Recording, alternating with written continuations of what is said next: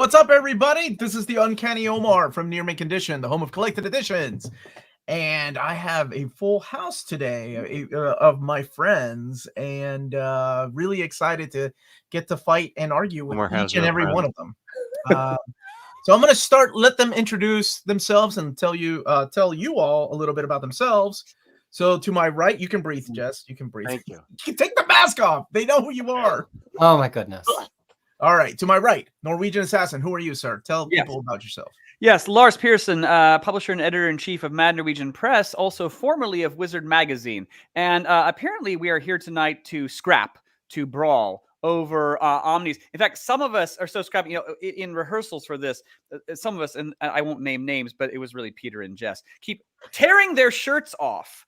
I do have it unbuttoned pretty far. Yeah, to declare kind of knives out. And I keep saying, you are not Captain Kirk fighting the Gorn. They think you're Captain Kirk fighting the Gorn. Okay. I totally yanked Peter's hair. They absolutely do. It's just shameless. It's long and luxurious. Yeah, it's fatal to their wardrobe. But he's having a good day today. He doesn't miss. He doesn't ever miss. It's not fair. It's not fair, I tell you. No. Smart and good looking. Not fair. Okay. I was talking about myself. I don't know anybody else. Somebody has to. To the right, to the right of Norwegian Assassin is our buddy Illuminati, who you've seen on the channel before whenever we did the end of the year video. But why don't you tell people about yourself, brother? I am Tyler. I run the Illuminati YouTube channel. I'm also on Instagram and TikTok. I don't have anything as interesting as Lars to say, but I read comic books. I love comic books, and I do reviews and overviews and give my thoughts if anyone cares to hear them. There you go.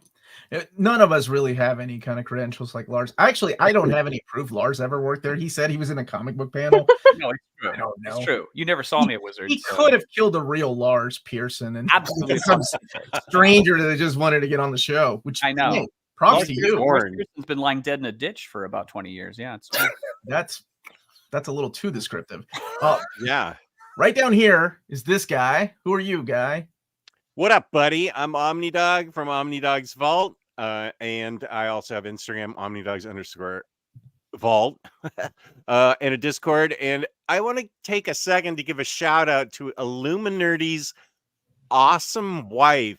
Is her name Callie? Yes. Right? She had a brilliant idea to get all of his buddies, comic buddies, to send in videos for his wedding. Yep. And there were how many people sent in videos, Illum? Maybe 6, 7. I can't remember. Somewhere around there. I feel like it was more than 50. You have more than 6 friends. Nope. I mean, probably not more than 6 people that consider me a friend, but yeah. Okay, well, thank you very much. Anyway, it was an awesome idea, and he actually married that woman, which shows that Illuminati is not only good looking and likes comic books, but he's smart. I never know where you're going to go with these things. I didn't know either. It's gone somewhere really awkward. No, I'm saving all my attacks for you, Lars, and Peter. I'm being nice to Illuminati. I'm ripping into Peter in 2 seconds as soon as he starts talking. Wow. Okay. Hey, real quick though, Illuminati, who gave the best advice in the videos though? Really all of you. I mean, but that diplomacy is not going to fly on this video. You got to. The one that really got me was BJ. BJ really. Wrong answer. Next. Boy, we haven't even started 10 minutes in and he got kicked off already. What the hell are you talking about? Mine was the one that was the videographer picked to start your wedding video. Yeah, OmniDog is part of it. How did you get that? I'm the one that put it together. How did you get this started? That's OmniDog, bitch. Oh, whoa. There could be kids watching, but that's okay. He's on medication, kids. This is what happens. All right. Did you say everything you needed to say, Jess? Oh, yeah, sure. Okay. OmniDog's Vault, everybody. Peace and love. Home of collected editions. Now, right. Peace and love. Next to that guy is Crisis. I'm Crisis with a K. I'm found on the wilds of the internet at crushingcrisis.com, where I have guides to just about every major Marvel character there is, how to read them in order, how to collect their collected editions. And I've done a bunch of indie guides this month too. I just did one for ROM to celebrate the Omnibus's arrival this week. But this is really where I have the fun, other than just reading the comics, is arguing about the comics. And so I'm so happy to be back for another Evergreen chat. And if those of you who have not seen it before, the reason we're so ornery is because this show is about fighting each other to the death about the comics that we love and that we think are better than everybody else's favorite comics. I think what he's trying to say is everyone here is a raging narcissist, but we can at least admit that.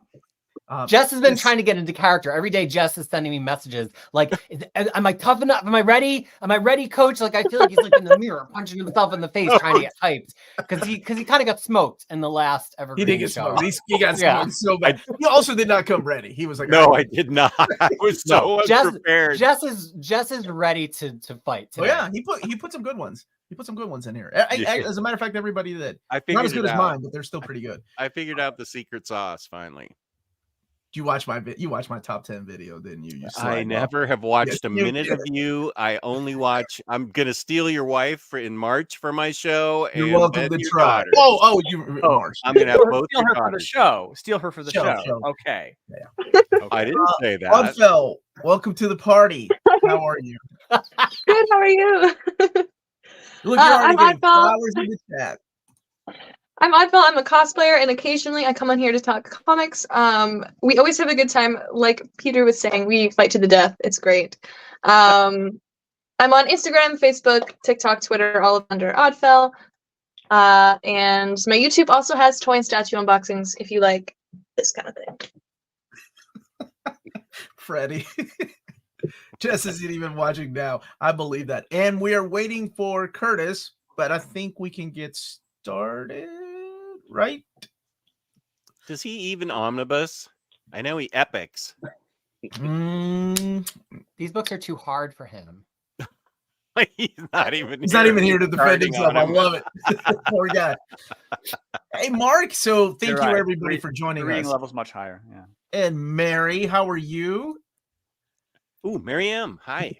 What's the Momnibus? This is the 1-year anniversary of when your mom visited during a collected one of the previews, and she came. And was that a year ago? Yeah, it was a year ago. Someone pretending to be. Oh my God! No way! Oh, wow, time flies. Yeah, when she came down here and visited, and people were like, "You're living in your mom's basement." Yeah. That one? Okay. Yeah, there's no proof that you don't. I mean, your mom was there. Don't live in my mom's basement. Hey, Curtis, how are you, buddy? Hey, I just like to make a dramatic entrance. So there we are. Here I am, everybody. I made it. Sorry I'm late. I was picking up children from school because it's 3 p.m. where I am here. Your children. Yeah. Right. Yes, Were you just grabbing any that look good? Whoever got in the van. Yeah. The slow ones. Are you allowed in their school? Nobody missed a beat with that one. Even Peter got in on the bashing. Okay. I love it. Tell us about yourself. Who are you, Curtis? Well, I run a I say run a podcast, but I haven't actually done an episode in several months now. The Epic Marvel Podcast. I have a Discord, as you can see here, and I love Epic Collections. And so if you love Epic Collections too, you can join my Epic Collection Facebook group, which I'm sure James will put the link in the chat. Wow. And then you can join in on our conversation. We have lots of great conversations there. But I'm here to talk about omnis, which is not my area of expertise, but I'll see how I can fit in. This is going to be really interesting to see how you do fit in. Yes. Are you feeling a great strain or unease, like you've had some bad fish that you have to talk about omnis? Yeah, I mean, even the word omnibus leaves a bad taste in my mouth. Yeah, I can see a lot of the Epic group, like, how dare you, Curtis? Why would you stoop yourself so low? There is his Facebook group, if you're at all interested. He does run a really friendly Facebook group. Okay.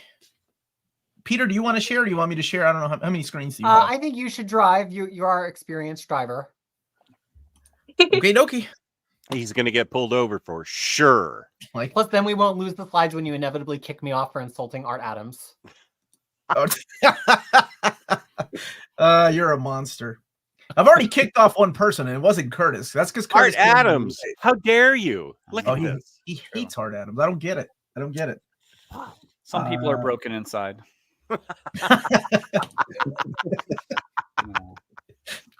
Okay. Let's get ready to rumble. Okay. So, by the way, Peter did all this, and he is amazing. Like, he didn't have to, but he did. He put this slideshow together, and it looks so good. So Taylor Talks Comics built this out right here, so that was really nice. But yeah, let's go Wait, ahead. so this first thing was done by Taylor, the Evergreen screen. Mm-hmm. Nice. Yeah, looks good. Looks good. But let's go in here. So just to kind of give you an idea, what does Evergreen mean? Who's got the prettiest voice here? Not all of you stand up at once, please. Totally Oatville. Let Oatville read it. What is an Evergreen, Sure. Oatville? So I'm just gonna read it because it's already there. So an evergreen is another way to refer to a book that's always in print. When a reprint as soon as the stock runs low, instead of it going out of print and being impossible to find. DC Comics have many evergreens collected editions that are always in print, like Watchmen. Marvel recently created a list of evergreen trade paperbacks for the first time that we also argued a bit ago on what should be added. Mm-hmm. And the next thing that is very, very important, because we always get asked this question: does Marvel have an Evergreen Omnibus? Oddfell. Not really. Marvel has gone back to print on some popular omnibuses several times. For example, both Amazing Spider-Man Volume 1 and Uncanny X-Men Volume 1 have 5 printings about once every 3 to 5 years, but they still go out of print and aren't technically evergreens. That is correct. Wouldn't it have been great if this was where we learned Oddfell couldn't read? I would have felt so awful. That's starting shots. Wow. Oh, that would have been so hilarious, though. Sorry, I'm Oddfell's like illiterate. messaging me on the side. Why did you do that? That was so embarrassing. How dare you? Yeah. Well, you need to update your profile, young lady. Okay. Oh my gosh.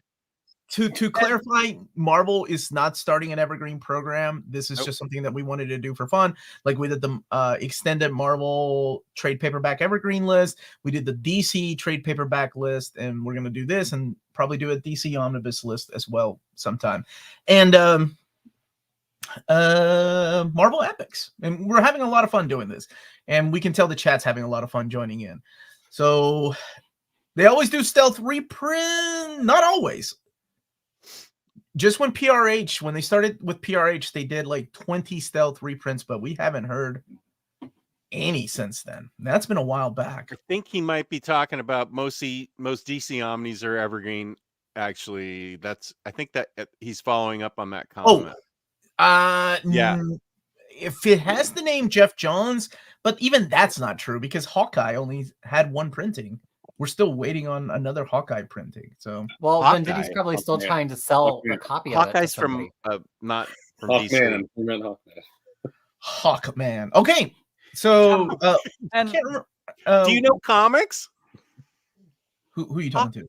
You. Hawkeye isn't from I said DC. Hawkman. Did I say Hawkman? You said Hawkeye. I tried to save you. Thank Hawkeye like 70 Hawkman comes back from the last episode. Yeah, it's like when a Doctor Who fan mixes up the seeds of doom and the seeds of death. It's always terribly embarrassing. No, and nobody got that reference at all. Nothing like that at all. So one thing here. So on the criteria of picking, I have to say, speaking for myself, this time around, I put less of a priority on when we did this previously. We look at Evergreens. We were looking at one of the criteria was what would appeal to newcomers to comics? What would get them into comics? I kind of put less of a priority on that here because I just felt if you're new to comics entirely, I was less likely to go, here's a $150 omnibus. Please start with this. Yeah, absolutely. And I don't know if anyone felt the same.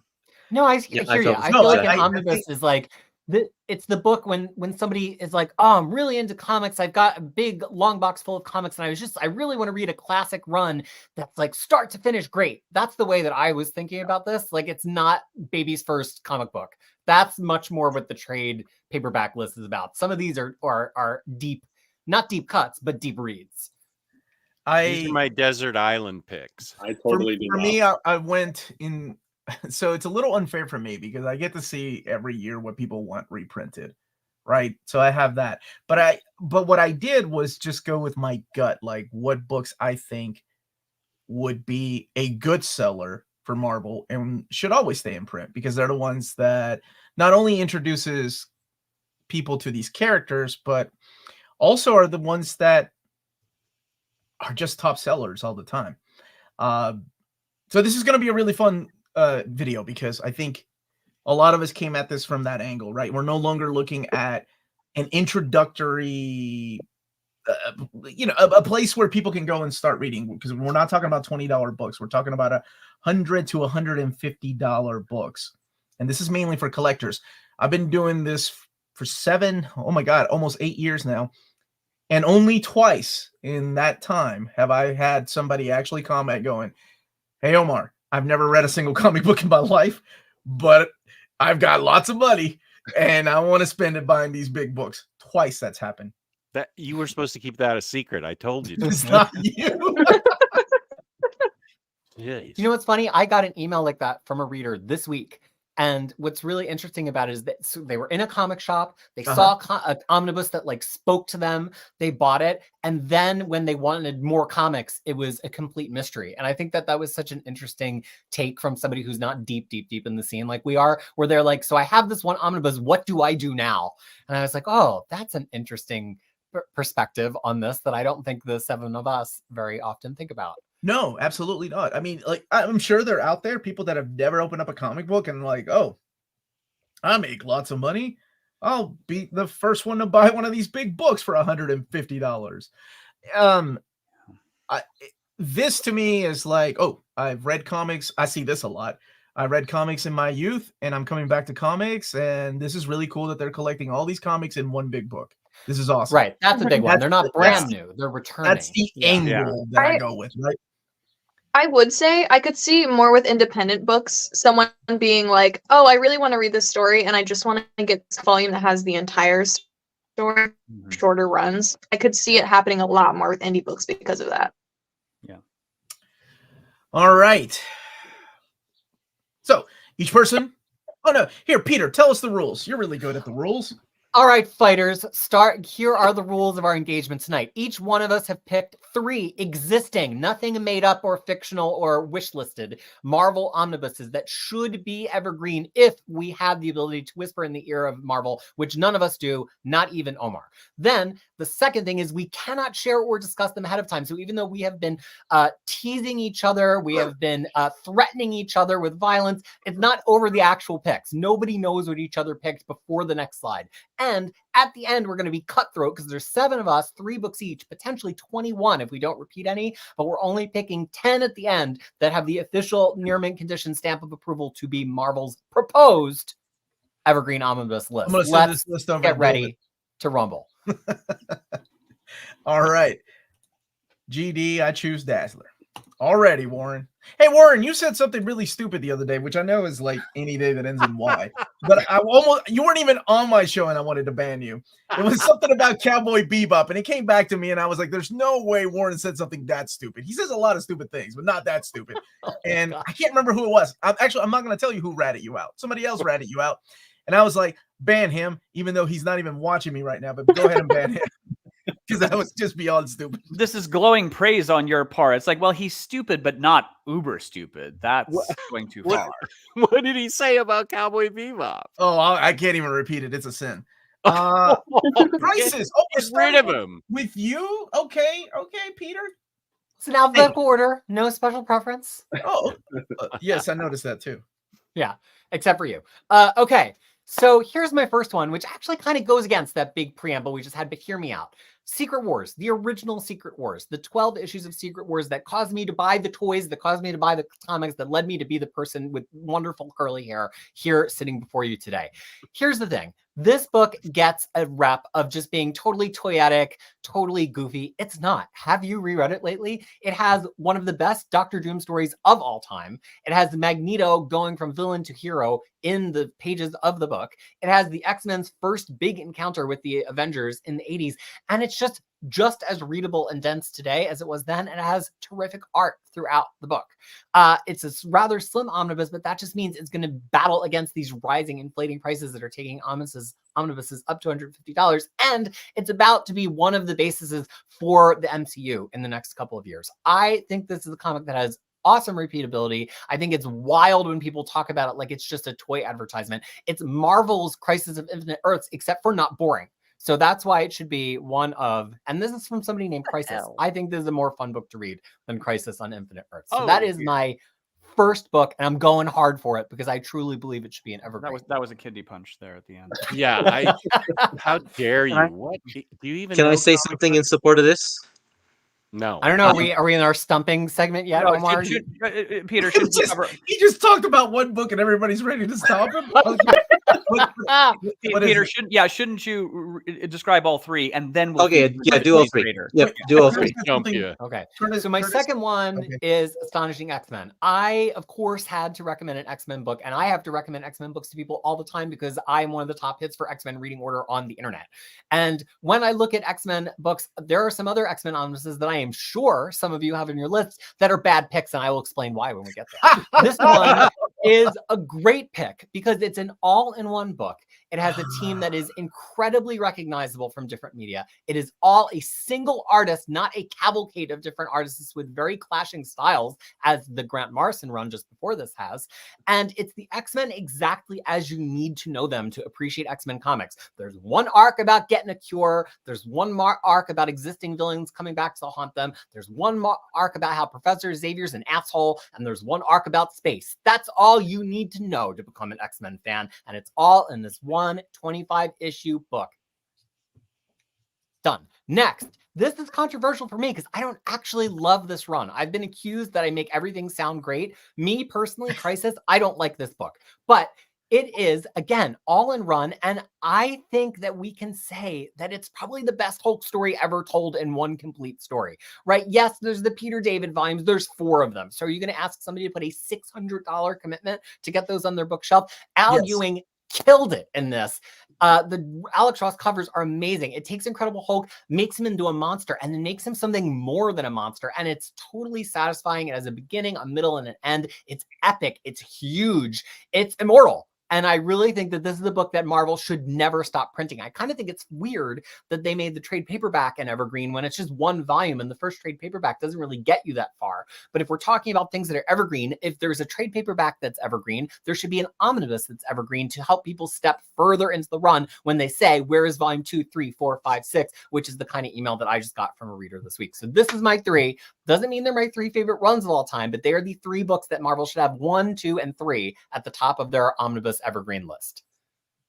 Well, those are mighty pretty words. Okay. I had to go to thesaurus.com to look up 2 words that Peter said.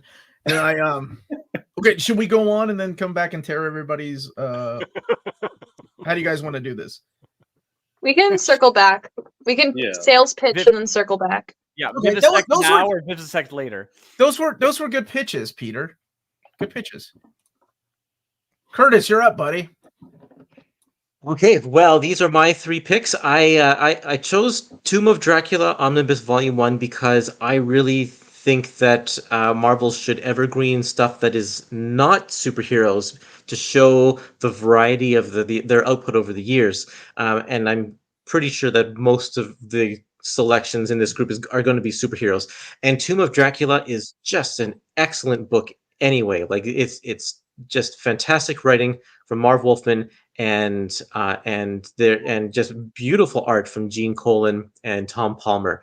And if I don't know, this should always be in print in paperback. It should come to an Epic collection at some point, and it should always be an omnibus.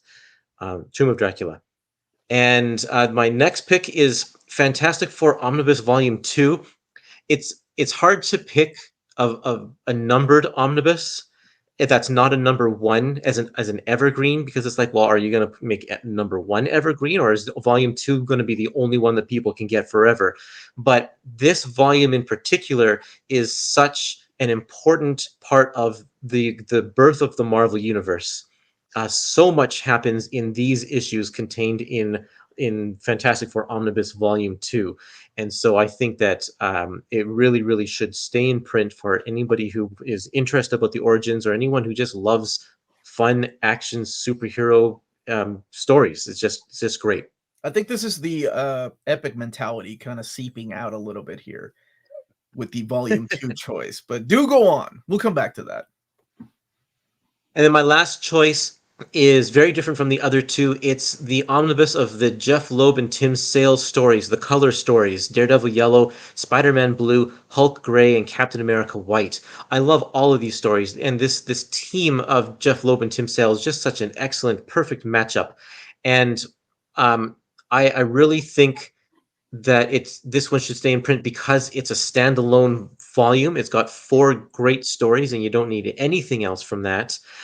It's a throwback to before, but with modern sensibilities, and I don't know. They're just some of the best stuff that Marvel put out during this era. So yeah, those are my 3 picks. 3 very different books, each of them, but I think good variety and excellent stuff.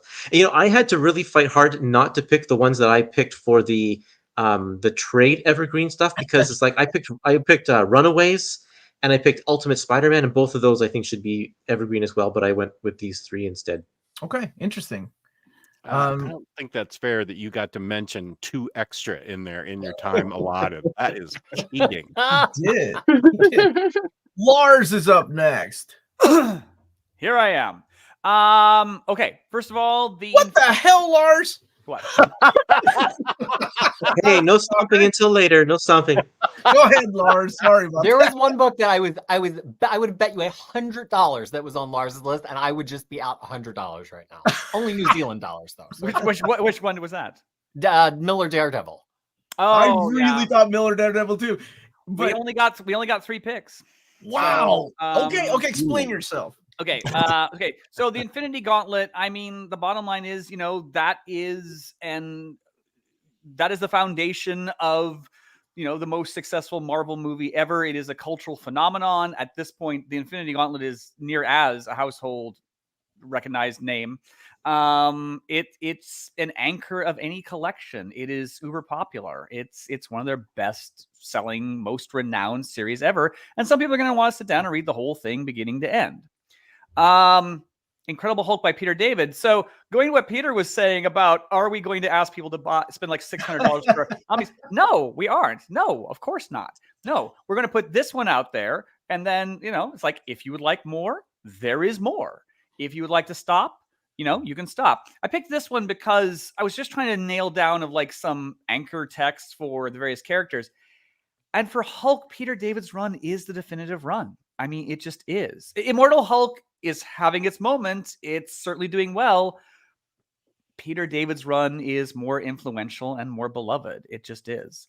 I think actually, Peter David's run is. I was struggling to actually think of a Hulk run that was overall superior to it, and I kind of couldn't do that, even though other ones are really, really good. Spider-Verse. Again, at this point, Spider-Verse is practically as much a pop culture phenomenon as Spider-Man at the moment. It is a shockingly popular property. And this does have it all in one, near enough all in one go. I think they've continued Spider-Verse comics beyond this. And the mapping on this one's really good. The mapping on this one is actually readable. I just think, Spider-Verse definitely is having its day in the sun, and people are going to want to read this one. Okay. Wow. Those are thoughts. Next. Hey, you skipped me. Oddfell. Okay. Words came out of your mouth, Lars. Excellent. Oh. This was very difficult because I didn't want to come swinging with just all X-Men. So I had a really hard time. That's okay. But I think that Uncanny X-Men Volume 1 is a really, really it's always well selling. And also I feel like if people want classic X-Men, this is the preferred place to jump in.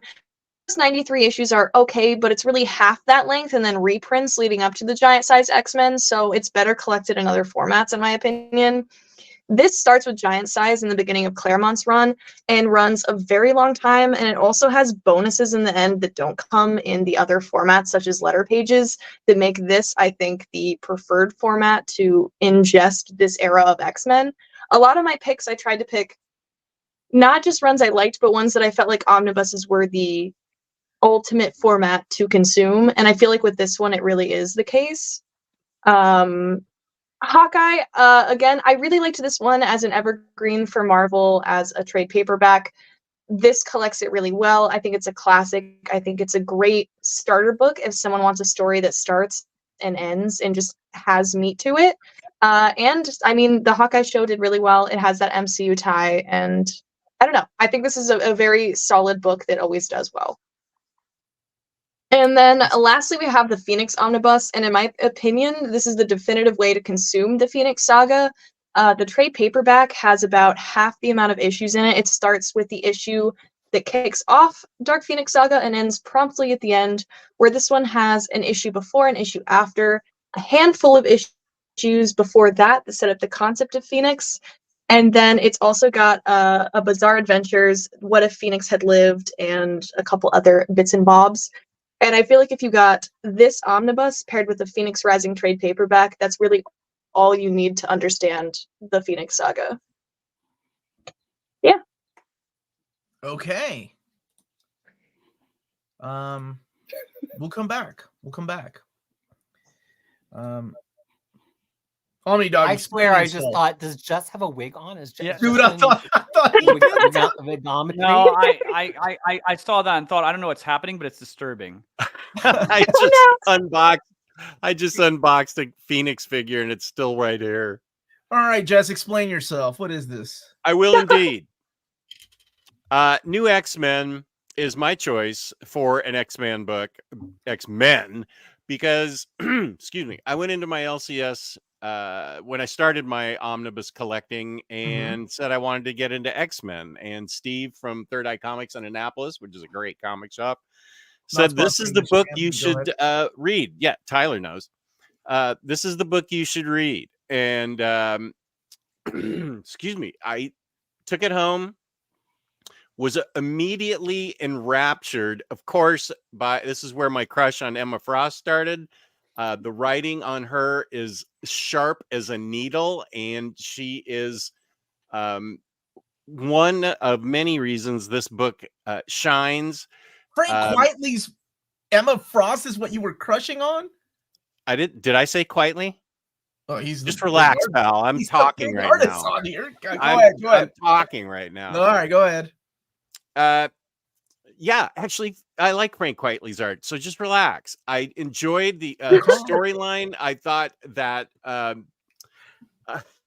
Zorn was for a long part of the book. I admit that the reveal must have had some kind of editorial interference, but Zorn, for the almost the most part, is a fascinating character in this book, and this is the book that started my reading of X-Men, and I can't say I love them as much as Peter and Omar do. I mean, those guys are X-Men and walking encyclopedias, but this has started my fascination with X-Men and got me into reading X-Men books.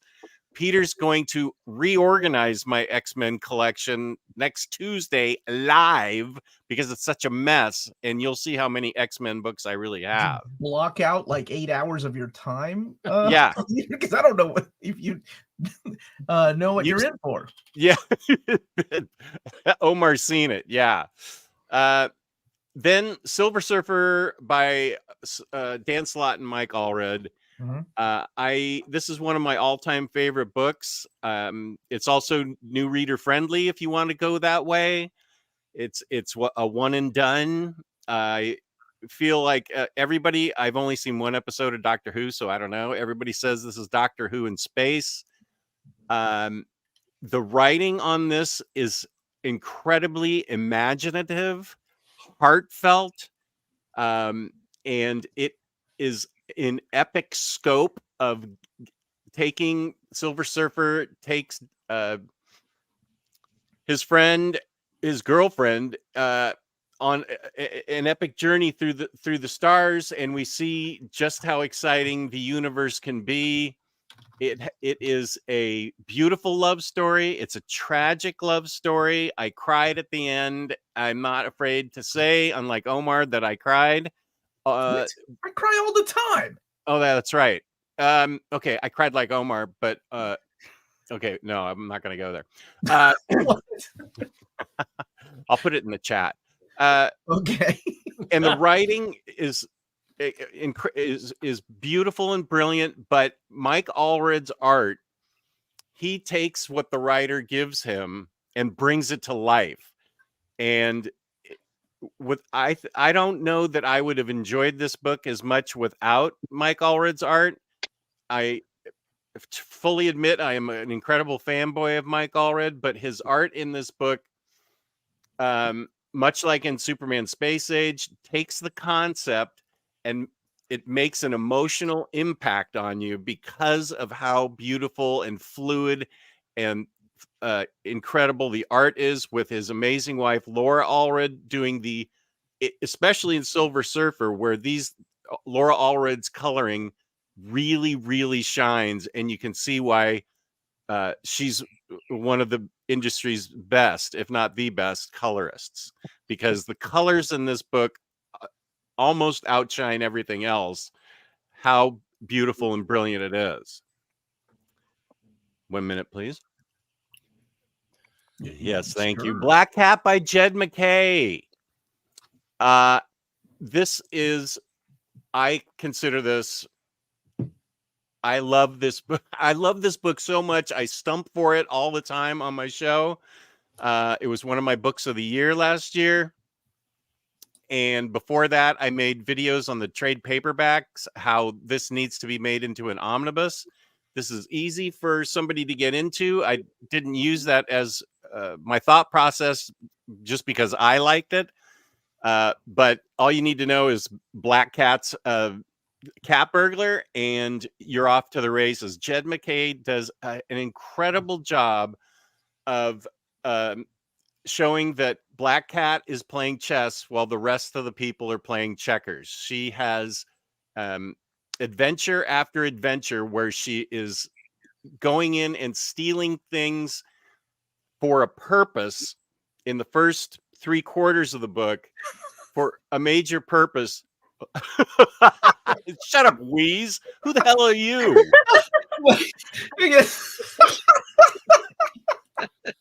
Okay, go ahead, Jess. 3 picks, and I'm going for it. God, dude, you came ready, dude.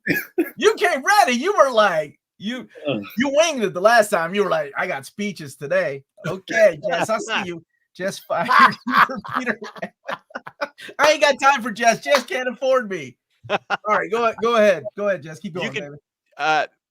First of all, the art is great in this. Also, it's very it's continuous throughout the whole issue, that it's well designed art, but the beauty of this book is that it takes you into a character that doesn't get a whole lot of attention, and Jed MacKay's writing brings it to life with twists and turns, and also shows you a deeper side of Black Cat than you've seen for Felicia Hardy. I can't say enough. I mean, I can say enough about this book, but the viewers are telling me to shut up, you jerks. No, don't take things out of context, Jess. They're telling you to shut the hell up. But I stand my ground. I'm going to stand my ground hard on this one, because this is what comic books are for. Fun. You want to have fun when you're reading, and Black Cat is fun. Awesome. Okay. But we are also looking at an evergreen list, so we have to look at I want it to be evergreen because everybody needs to read it every day for the rest of forever. Okay, from a business perspective, it has to sell, though. Remember that. That's part of the evergreen thing. Next That's up your is rubric. Don't try to make your Jess obey your rules. What the hell? it's my rule, baby. Tyler, tell me about your picks, buddy. Okay, so my approach to this list was respecting the past but embracing the future. So each of the omnibuses that I've chosen are great jumping on points, but they also have a lot of reference to previous runs. So obviously, Astonishing X-Men is the X-Men back to super heroics with the costumes. I think it translates well from MCU movies, from cartoons, but it also really respects the past for maybe readers that were reading before Astonishing X-Men that are jumping back in. And then we have Avengers by Kurt Busiek. This is another series or title that fully respects the past but embraces the future. You have pretty much every Avengers member making an appearance here. There's a lot of references to storylines that have been explored. There's a lot of focus on the roster of the Avengers and their solo books that were kind of going on somewhat simultaneously and were intertwining at the time. And then we have Thor by Walt Simonson, which is another run that references previous runs, from the reference of Donald Blake and the transformation between Donald Blake and Thor, and how Walt Simonson kind of plays with that theme and goes into a whole nother direction, and then eventually kind of climaxes with one of the best climaxes in comic books probably ever. One of the best fight scenes. The only fight scene in comics that could probably rival it is Superman versus Doomsday or something along those lines. So I think they all have a lot of references to the past, but also a lot of new stuff. And it has a lot of thought-provoking story elements, but also a lot of action. So it can really tickle anybody's fancy no matter what. And it can also be viewed as, at least two of these titles, as a complete story. And then obviously Avengers can maybe get you a little bit more hungry for more jumping into the next volume. Okay. Good choices. Peter, you jerk. You're the one that started busting on me first, and the chat followed you about what a Jess speech I was just scrolled doing. all the way to the God, top. how He dare just you. made it. You went all the way back. I did. And I see he's the So- first one to jab me. Jabbing me on air, jabbing me in the chat. You backstabbing bastard. But what makes this so difficult to do is we're not allowed to look at anybody else's picks. Mhm. So for me, I'm like, surely someone would have picked Daredevil by Frank Miller. I know it's in Lars' list, and therefore it will make the Evergreen list. Well, I just didn't want to And necessarily. son of a bitch, we fell. None of you Yeah. picked it, and we got no Daredevil by Frank Miller. I Here- didn't. I Lars, consciously shut didn't up. wanna You had a put- chance. You had a chance, Lars. You blew it up. You said I had Spider-Geddon. Oh my God. What? All right. I was shocked. We'll get there. I'm so Shocked. disappointed in It's you. fine. It's okay. Curtis, you're still here? This isn't an epic video. Okay, here's my picks, and the right ones, the ones that will make on the list. Uncanny X-Men Omnibus Volume 10. I don't care. I know 10. Astonishing is a better 10. place. I think this is volume one, buddy. 10 choices, sorry. I'm sorry, did you just get a new email from Marvel? 10? Omar 10? Omnibus Volume 10? Yeah, you know how much that Everyone's would in piss notes right people now. off? Put the blazer on, Omar. I don't care if Astonishing is a better jumping on point. But no matter what, I'm looking at it from a collector's mentality of I want to start at a volume 1. And this is the place to start. I wouldn't go with X-Men Volume 1, the X-Men, the Silver Age. I would go with the Bronze Age. This is the classic stuff. This is the stuff that all the stories are built on. And so I thought about 3, which is my favorite, but instead I'm taking a step back. It's much like Peter, right? Obviously, one of these is far from my favorite, but I also understand how popular and how well it does. So next up is Amazing Spider-Man Omnibus Volume 1. Just because it's Silver Age doesn't mean that it's bad. Still stands the test of time. There's some great stories in here. And it's another one that I think collectors would want to go back to the beginning. And this is the beginning for Spider-Man. Ditko and Lee were just firing on all cylinders on this particular title. It was great. And a title that sells so well that it's been reprinted a few times. And so is Uncanny 1. And it's still being asked to be reprinted because people are always getting into the hobby every year. And every few years it's out of print. Whew, boy, this hurts. New Avengers. New Avengers, I think, is the cool kids Avengers. But it's also a huge book. It's hot. It's what made the Avengers the flagship title at Marvel, outselling everything else. And in omnibus format, it's one that a lot of people have wanted reprinted, right behind Ultimate Spider-Man, which I'm surprised didn't make the list either, Curtis. Disappointed in you. But I think New Avengers it's not my favorite Avengers run, but it's definitely one that I see people want and want to jump in. Plus, it's got Wolverine and Spider-Man on it. Super sexy Spider-Woman, super sexy Luke Cage. Who doesn't want that?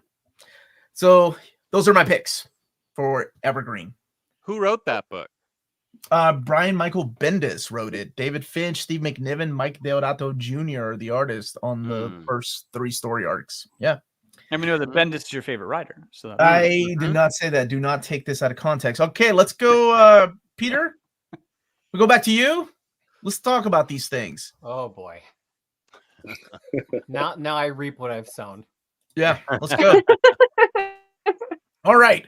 My vote is for not Secret Wars. I like it. It's just not enough. Not enough not enough characters. Not enough. I like not enough characters. What kind of argument is that? It's got not enough characters that people that just went to see the MCU are like, hey, I kind of want to see more. Fantastic Four, aren't they about to get a movie? Yeah, but it's not all of the Fantastic Four. It's just the Thing and like the Human Torch, right? No, Mr. Fantastic is there. I think there's 2. So I will say my pick is Astonishing. It was my number 4, and it was like a close, almost on my list. But the reason I didn't is because I knew that Giant Size and Dark Phoenix Saga would be definitive collector's pieces. But as a fan, I would probably buy Astonishing X-Men before those personally. So my vote is for Astonishing. This is so unfair because my vote is for Astonishing and in Immortal Hulk.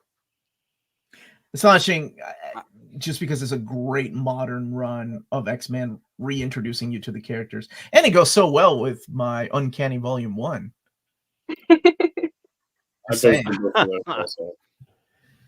Astonishing X-Men was also my 4th choice. I was going back and forth about it. So I definitely would pick this book. I agree. What I really like about about Secret Wars is that it's a great standalone story, but it also creates new plot threads for pretty much all of the titles of these characters. So if people want to continue the story, they have lots of options to do so. But they don't have to. It's also its own thing. It stands alone. Yeah, I being old and leathery to remember when Secret Wars was coming out, I have never really been impressed by Secret Wars. Never.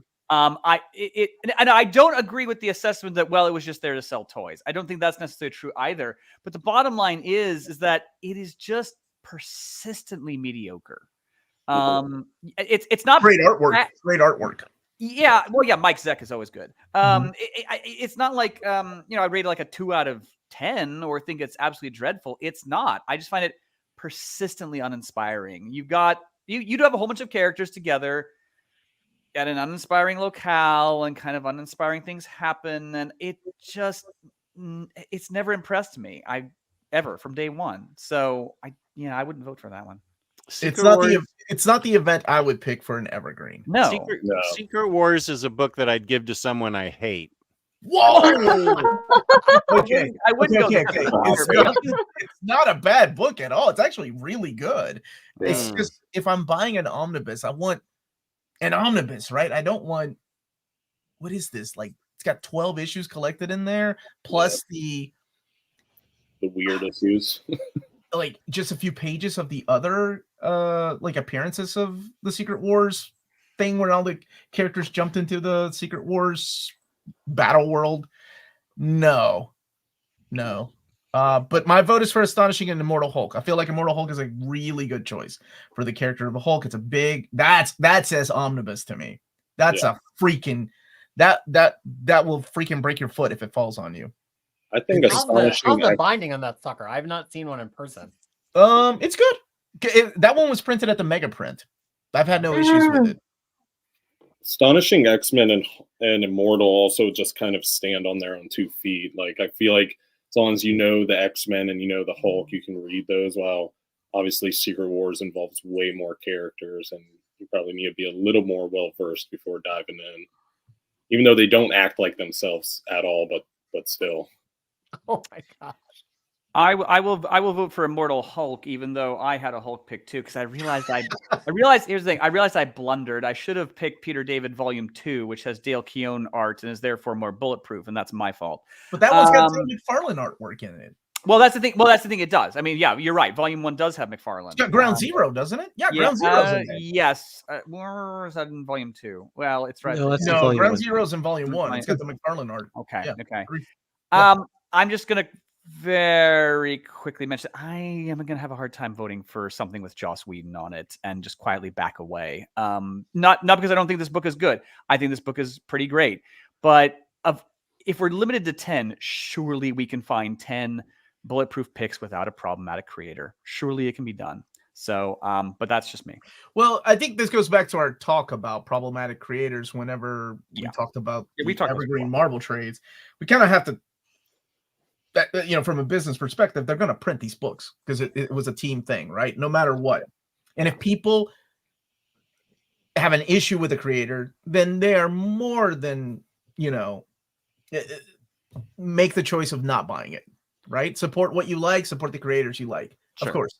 Yeah. But from a business perspective, you have to sell it, right? There's we've talked about this before, and I don't mean to flog it again. I perfectly understand. It's a great book. I perfectly understand why people want to buy it and read it. I personally can't vote for it, but yep, it's pretty great. Okay. Well, I mean, in terms of picking this, I knew we would talk about it because we often have a discussion about Whedon, but I had the same problem with picking Immortal Hulk. By the end of the run, Joe Bennett had spouted so much hatred on his various social media that people had noticed that Al Ewing wasn't even talking about Bennett anymore in interviews about the book, even though he was still drawing the last few issues. So it's like, it's a problem in the modern context. He said he would never work with Bennett again. Yeah.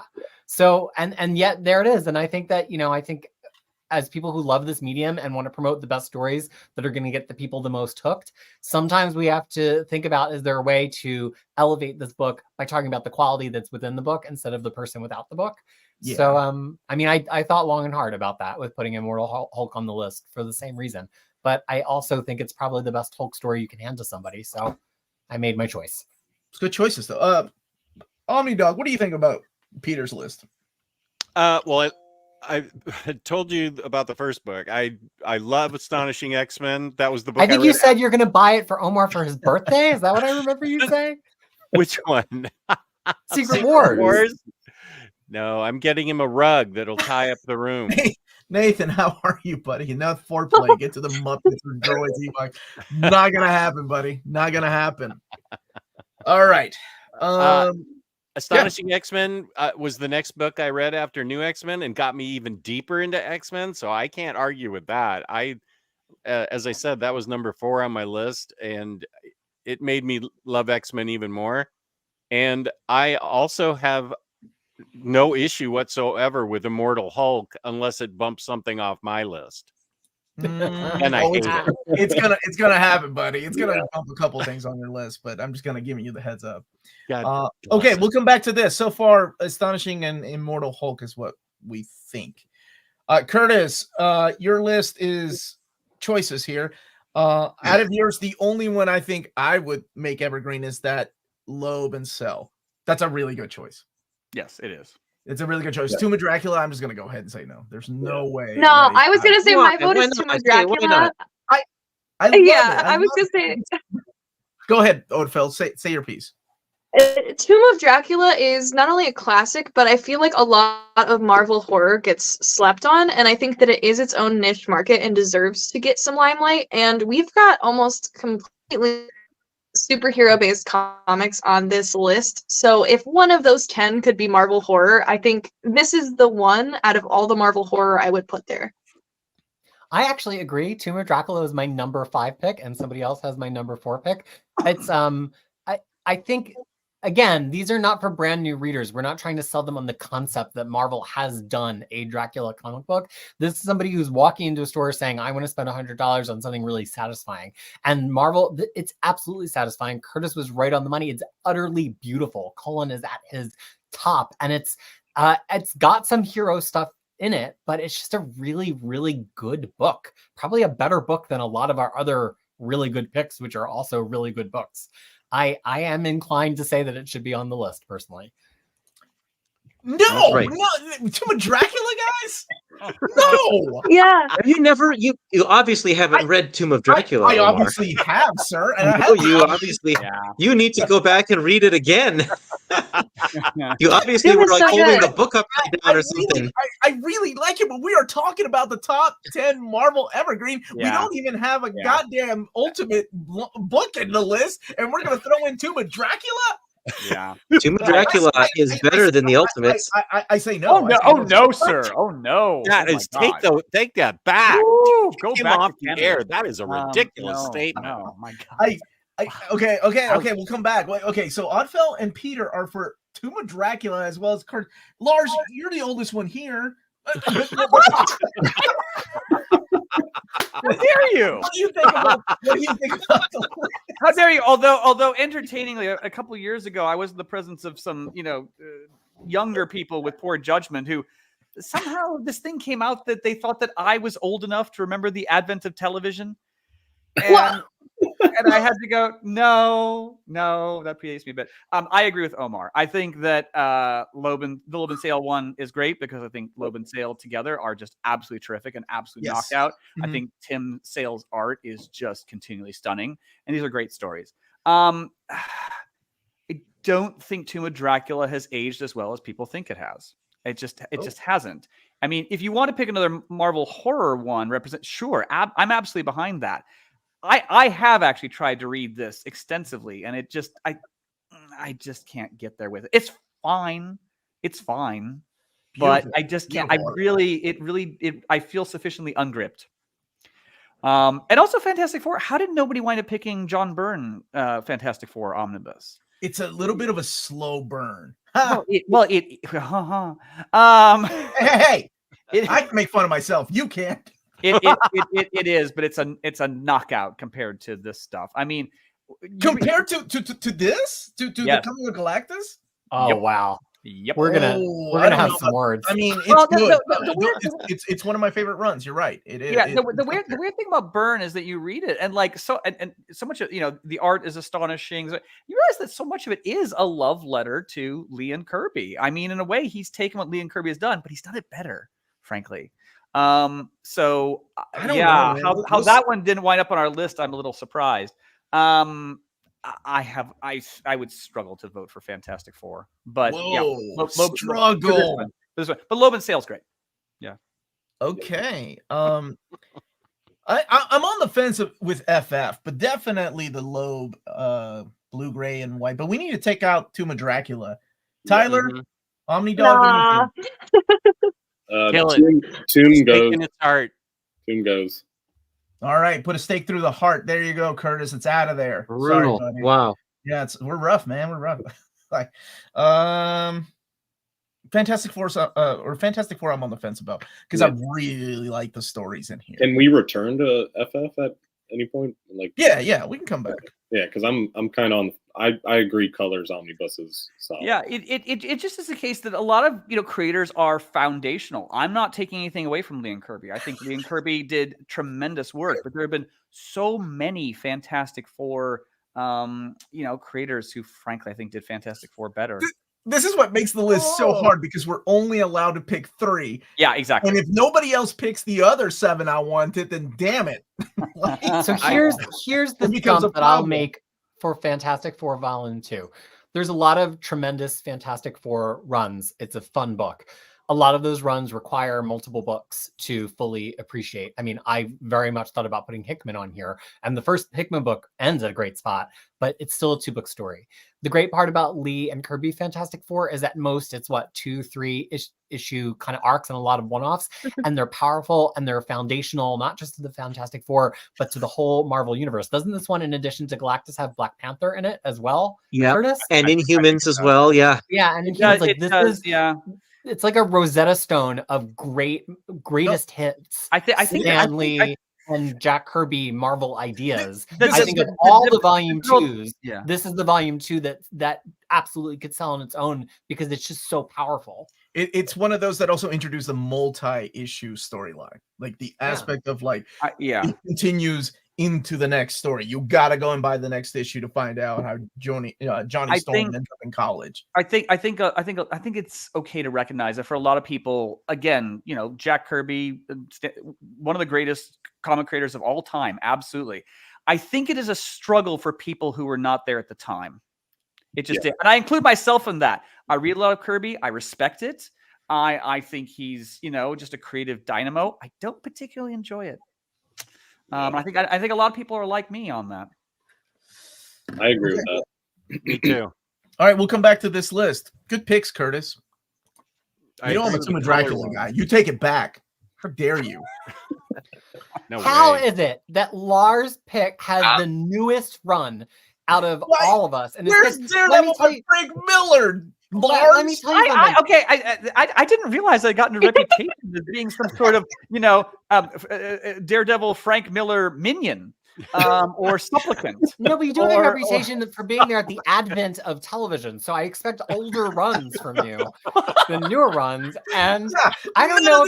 I know not all of you actually. I know not all of you. This is why you read all work of the the comic Wizard books. magazine and not Comic Buyers Guide. It's true. Well, I couldn't vote for old comics. Like, there's no Bob Hope, comic omnibus, so I couldn't vote for that. No one. Jerry Lee Lewis, nothing. So No Jerry I Lee know Lewis, not no. all of you read comics as much as I totally do would sometimes. Remember those But Bob Hope comics. Spider-Geddon was bad. It was bad.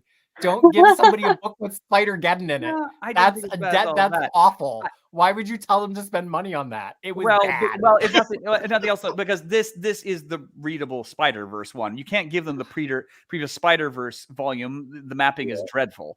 But this one, it works really well. And there are just many people. I mean, Spider-Verse was one of the biggest movies of last year. It remains an enormous property.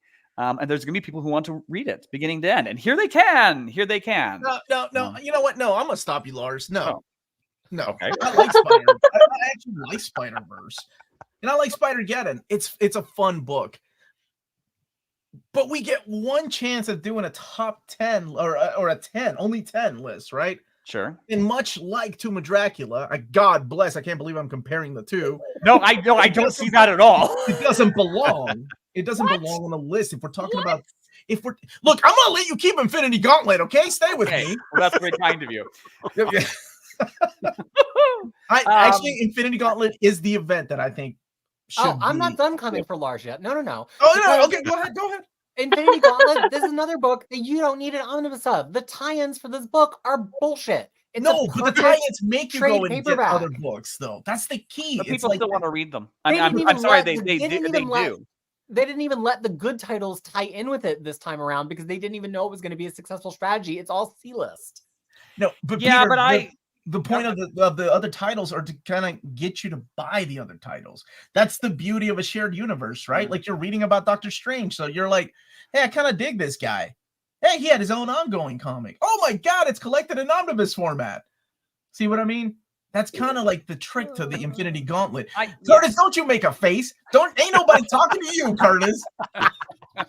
No, I want to hear Curtis come to Lars's defense. I've been brutal. Also, my Hulk pick is better than Lars's pick, so 0-3 for Lars. Yeah. But Yeah, let's hear Curtis's I will agree reason. with that. Yeah. Go ahead, Curtis. What do you think of Lars' picks? What's going through your mind, Curtis? I am, believe it or not, I don't like the first half of Peter David's Hulk run. Okay. I find it quite boring and hard to get through. I really like it as soon as we get to Professor Hulk, and it takes off from there. I love it. Yeah. But this first stuff, so I would rather see, Incredible Hulk by Peter David Volume 3 or whatever that is, over this one. Yeah. I think I subconsciously was resisting not picking a Volume 1, and that was my mistake. I should pick the Dale Keown run or something. But I mean, really, this is the run with Ground Zero. Oh no, there's a lot to recommend in this, but Volume 2 is much higher quality. Yeah, that's my fault. Okay, my fault. I also think this you didn't think it through. You're saying you Spider-Verse and Spider-Geddon is also hard. Yes, yes, Jess. I'm saying I didn't think it through. Okay. Because I'm man enough to admit that. Damn, Jess. Sorry, I was going to say, of these three, I think I would go for Infinity Gauntlet. If we're looking at books that collectors would be going after instead of looking at books that new readers would be going after, I think that Infinity Gauntlet is just one of those ones that has a standout kind of like iconicness to it. People know the story. Again, it's foundational to the MCU. Is this the ideal format to consume it? I don't know. But I would say this is probably one of the ones that collectors would go after just because it's such an iconic run. Some of my thinking behind this was to pick books that I just thought people would want to buy and read. I can still say it about Infinity Gauntlet and Spider-Verse. Again, Peter David, okay, I should have picked Volume 2. That's my fault. But Infinity Gauntlet, Spider-Verse, yeah, they're going to want to buy and read them. I'm actually really good with your Infinity Gauntlet. I think that's the event. Omni, no offense, Peter, you're a smart guy. You talk really pretty. Your hair looks amazing. But Secret Wars compared to Infinity Gauntlet, George Perez, and I love Mike Zag. No contest. Let's George watch only did the Thanos argue with death on an asteroid for 6 issues. I'm so excited. He snaps his fingers in half of the people disappear. How badass is that? When I was a kid, I was like, oh my God, they just killed, I can't even remember, Spider-Man's wife, Mary Jane. What's going to happen next? That was awesome. That Infinity Gauntlet gets my vote. Yeah, that gets my vote also. I'd put out the other two. I think Lars hit the nail on the head when you said Volume 2 should have probably been included, because I think Volume 1 is like the weakest part of Peter David's run. So I think it's a little bit of an acquired taste that I don't think a lot of people have. And then I think Spider-Verse, Spider-Geddon, while I like the event and the storyline, it's just, I don't know. I think there could be better Spider titles, and I don't think it's as prized of a book, and as far as like business wise. Yeah, I think that with Spider-Verse, Lars, you were saying that it was one of the biggest movies, and I think it was one of the biggest movies not because of Spider-Verse, but because of Spider-Gwen and Miles Morales. Yeah. So I think better choices would be maybe an evergreen volume of one of those two characters rather than Spider-Verse itself. I still find it hard to believe that people are going to look at Spider-Verse if you've seen the movie and been interested in the movie, that you're going to see this on the shelf and go, well, what is this? I'd rather buy Miles Morales. I mean, they're still going to be interested in this. I think we should do a Peter Porker, the Spectacular Spider-Ham Omnibus Evergreen. I'm not going to argue with that at all. Oh, do I need to boot both of you? Are we going to take this seriously, or are we going to joke around? No, it's serious, I would man. Totally read that, and I'm not kidding. I will remind you, my original 3 picks had the Muppets Omnibus on it. So. Does anybody besides Lars want Spider-Verse on the list? Absolutely not. No. Absolutely not. Okay. Okay, Infinity Gauntlet, yays? Yes. Yep. I should be making friends for my picks. Damn it. It's too late for No, that. I think Infinity Gauntlet absolutely. Are you good at making friends? No. Not even. He keeps giving them those Secret Wars omnibuses, Lars. Okay. Does anybody else like Infinity Gauntlet besides me, Tyler, and Oddfellow? All we need is one more vote and it stays right now. Oh, Lars gets the vote, right? I mean, Sure. I don't need to vote for myself, but You're not sure. really good at arguing for your books when you're like, oh, I picked the wrong volume. Damn it. I like Infinity Gauntlet too as Evergreen. I think it's an important event. I dug that Okay. book. Phil Owens says yes. Okay. Oddfell's picks. Okay. Oddfell, you know you got my vote for Uncanny. You got my vote for Uncanny, girl, because I voted for Uncanny. Hawkeye is actually a really good choice. I'm kicking myself that I didn't pick Hawkeye. That was Phoenix really has to go. Phoenix has to go. Phoenix goes. Yeah. I don't know. I think it's whoa. Why? Okay, hold on. Why does that have to? I thought for sure somebody would pick the Dark Phoenix Saga, and actually I went and looked, and of course there is a Dark Phoenix Saga book, although it wasn't Which called is exactly this. Which is the same contents. Yep, that's the funny. Yeah, that's what I thought. Yeah, this is the exact same content. You might as well rename this the Dark Phoenix Saga Omnibus. I think that's an incredibly important pick to have in there. also think this is the ideal format because the other one cuts down to the bare bones story, but this one actually gives you not only the first appearances of the Phoenix, but it also gives you the What If Phoenix Survived and the Secret Lives of X-Men issue that also covers stuff with Phoenix. In addition to that, it also has classic X-Men that deals with Phoenix. Just about the only thing I would add to this book to make it perfect would be Avengers 263 and Fantastic Four 286, which also are not collected in the soft covers of Phoenix Saga either. So that's just wishful thinking on my end. But those are the only two issues I feel like this is missing from being a perfect collection of all things Jean Grey Phoenix. Yeah, and you know, I'm known for being curmudgeonly about any book that skips one issue or isn't perfectly sequential is not a good omnibus. But if I had to choose between giving somebody Uncanny X-Men Volume 1 or Phoenix, I would give them Phoenix. Uncanny X-Men Volume 1, Claremont doesn't even know who they are yet. Like, I love it. I have 7 copies of it in this room. Yeah. But the Phoenix book is the book. Not that one omnibus. I just mean those stories. 7 copies. Of right. No, I understand that. But okay. The Phoenix book is the book. It has these where it starts cooking. That's in that book completely. The giant size X-Men book runs right up to it and then cuts off right after Proteus. So the Phoenix book, it's perfect. It's a rare example actually of Marvel saying, "Ooh, we have one really good story. Let's put it in an omnibus so people will actually buy it over and over again." Something that DC is fantastic at. If Marvel had an absolute line, the contents of this Phoenix book should be the first absolute. So yeah, I think that this is a vote for me. And Hawkeye was actually my number 4 pick. So Oakville saved my butt there, and that is also a vote for me. But I'll chop Uncanny Volume 1. I don't think it. I mean, no, we're not chopping. We're not chopping Uncanny 1, dude. I'm with Peter on chopping Uncanny X-Men 1. I sense that Curtis is about to abandon us for his family. Is this true? Okay, look. I have one thing, and then I do have to go. For those of you who are against the Phoenix Omnibus and don't want to include that one, would it make a difference if this one were titled X-Men: The Dark Phoenix Saga? Yeah, exactly. It should. Yeah. Nice. Shut up, Curtis. Mic drop. Because it used to be. That is in fact what I just said. But yes, I think it would bring more buyers in if it had the X-Men title attachment rather than just Phoenix. Curtis, where can people find you, buddy, before you leave? Just go over to epicmarvelpodcast.com or check out any social media under Epic Marvel Podcast, or search my name, Curtis Finley. I'm all over the place talking about comics. I've got a Facebook group that I'm sure James will put in the chat there at Discord, and I'm also on Substack. If you look up curtisfinley.substack.com, talking about non-Marvel comics over there. So anyway, I got to go, but I appreciate each one of you in this chat. I love hanging out with all of you, and thanks for having me be a part of this. All right, Curtis, before you leave, and I know you got to go really quick, we are keeping Uncanny 1, right? No, we are not. My vote is for Hawkeye on this one. Hawkeye. You're no help at all. All right, bye, Curtis. Have a good one, buddy. Okay. In the defense of Phoenix, I would say it would be unfair to call it an Uncanny X-Men Omnibus, because there's like 6 or 7 issues alone just of classic X-Men, let alone the bonus issues. So I feel like this is a Phoenix Omnibus.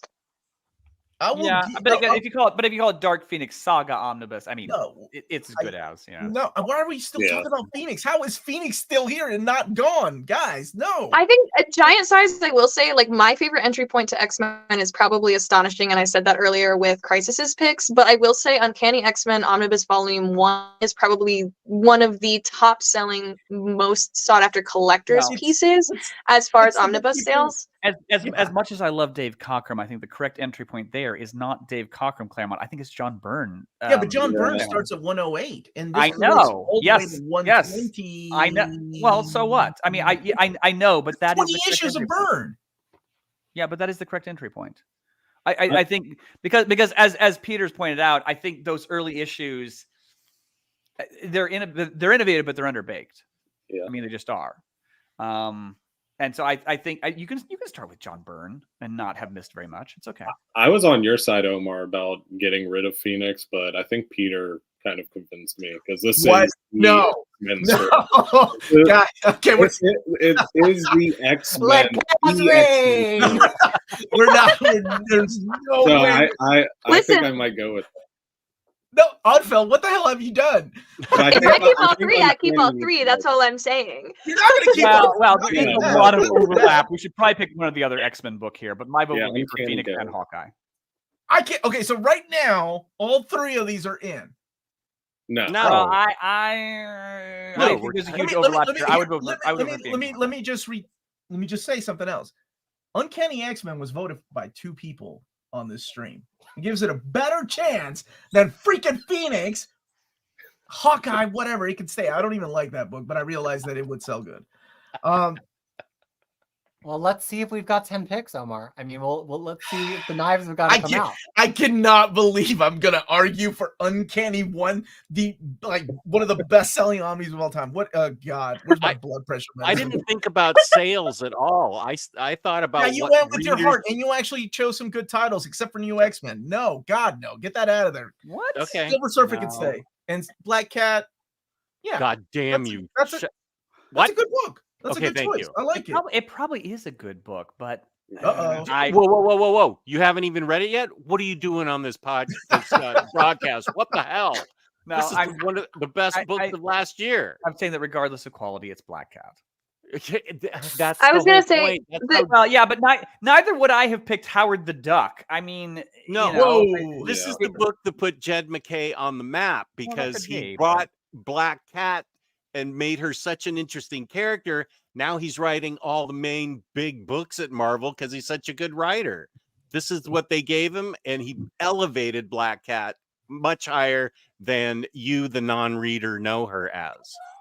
I will believe say, I believe that it's I that am- good. I do. Oh. But Have you read it, Tyler? no, I haven't read Jed McKay's run. No. I highly recommend it. Jess has not told a single lie about it so far. But you know, we're all keeping track just in case. But I really think that I'm on the fence because it was that good. Jess is totally right. Mhm. But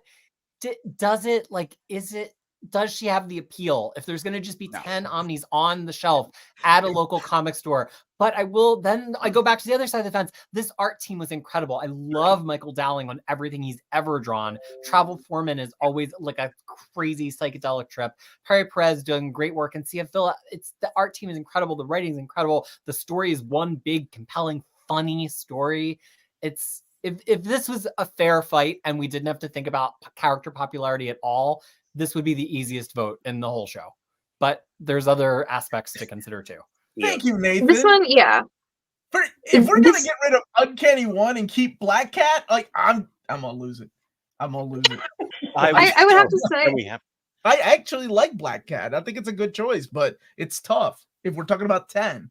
Yeah, we're talking here about picking something that for Marvel will sell and sell and sell and sell and sell, and I just don't see it with that one. Because of the name Black Cat. Yes. What if she got 2 movies? Well, if she gets 2 movies, then we'll have another discussion about it. But she doesn't have 2 movies. Okay, Lars. No, I'm just.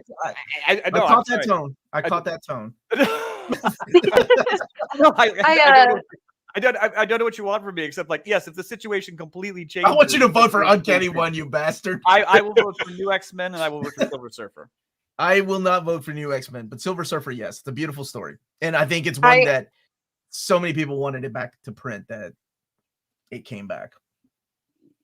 I would vote for New X-Men, but I think Astonishing performs a little better for the modern reader. So I just give my vote to Silver Surfer only. Okay.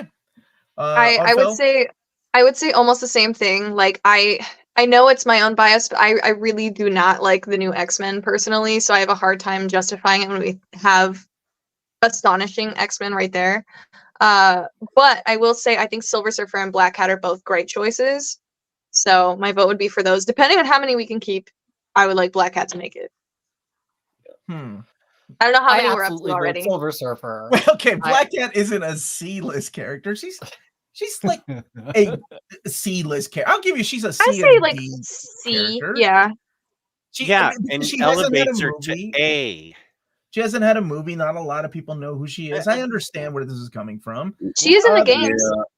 Well, even if she did have a movie, I mean, they're doing a Madam Web movie. I can't see that anybody Well, would care, that's but a they're Sony doing thing. they're doing it. You know, Yeah. Sony's starting to do a lot of movies. It's like, does anybody care about this? The fan base If I just had- isn't there, that's all. Peter, you've Based been on really how much quiet. she's in the games, if I had my money on who the next Spider-Man villain / love interest will be, it'll be her, since the last movie they kind of wrote out MJ for a hot minute. Mhm. So I wouldn't be surprised if she gets a movie soon.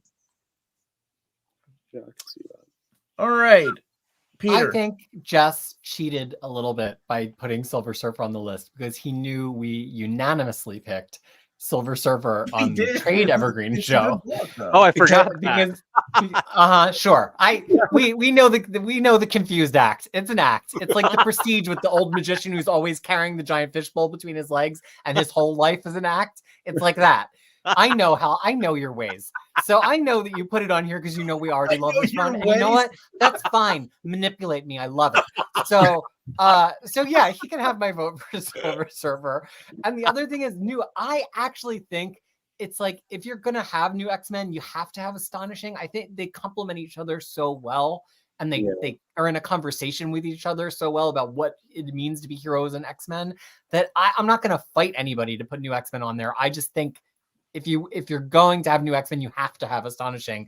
But I don't know. That's just how I feel about it. I wasn't fully satisfied at the end of New X-Men until I then read Astonishing, and I was like, oh, now it's a thing. So that's my personal feeling on it. Yeah. It is a very, I mean, it's so weird to say this, but it's one of the most simpler Grant Morrison stories to understand. Yeah. It is. It But- may be the simplest Grant Morrison comic book, It's other than definitely up Claws. there. Other than Claws. And, Yeah. but also, it's a weird X-Men story. It's not really X-Men. Like, Yeah. and I don't think it does a good job of telling you who the X-Men are. See, I Go ahead. I gently disagree with you on that because that was the first X-Men book I read, Mhm. and I immediately understood everything, and it got me interested in it. No, I and, think- and like for a new reader, like a trade paperback would work. But if I was collecting X-Men and I stopped reading comics for 10 years, I come back and I'm like, what is the one X-Men omnibus I would want? I don't think New X-Men would be the one. I would be turned off by it. I'd be like, oh my gosh, this is what's going on with the X-Men. This isn't my X-Men, and if this is what's the I don't know. And it is a good selling book, don't get me wrong. Like it's on its 4th printing, if I'm not mistaken. So it does sell well, but I think there are better choices. Otherwise, I mean, I'm good with Silver Surfer. Keeping that on there is solid. And on the fence about Black Cat. I like it a lot. But again, if we're doing top 10, much like Tomb of Dracula, and what was the other one? Spider-Man? I don't know. It's tough. I was So- surprised. I walked right into that one. I had no idea there would be this hostility to Spider-Verse. Well, because you were supposed to add Daredevil by Frank Miller. That was the problem. Nobody sent me an email saying I had to pick Well, Daredevil that's by Frank that's Miller. the point of this. We were supposed to come in without knowing, and then you pissed us all off. I know.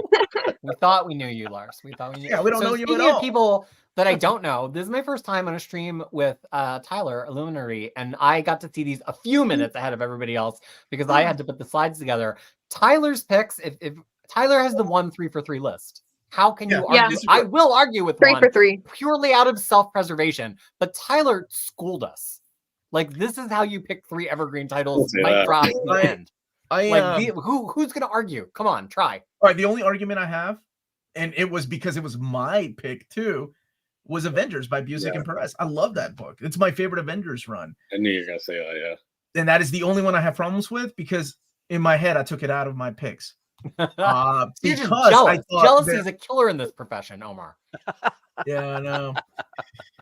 Well, I was pretty happy and satisfied with Avengers, Busiek and Perez, but then when you chose New Avengers, I was like, that's a pretty exactly. strong Yes. pick. Why did you not do this thing we never told you to do? Lars, why didn't you read our minds? Damn it! I love that we're all yelling at you because Curtis isn't here to get yelled at. And here's the brilliant thing about that Avengers run: when somebody says, I think we, who are some of us of a certain age, need to accept that stuff from the 90s and 2000s is classic now in terms of comic readers. Yeah. And when somebody says they want to read something, and then Busiek on top of that is always classic. It just, that's his style. And when somebody says they want to read like a classic Avengers run and they want to see an Avengers team that has all these characters that they know from the MCU, from cartoons and things, it's hard to hand them Roy Thomas Avengers, even though it's great. Absolutely. It's a weird omnibus to hand somebody who's Absolutely. excited.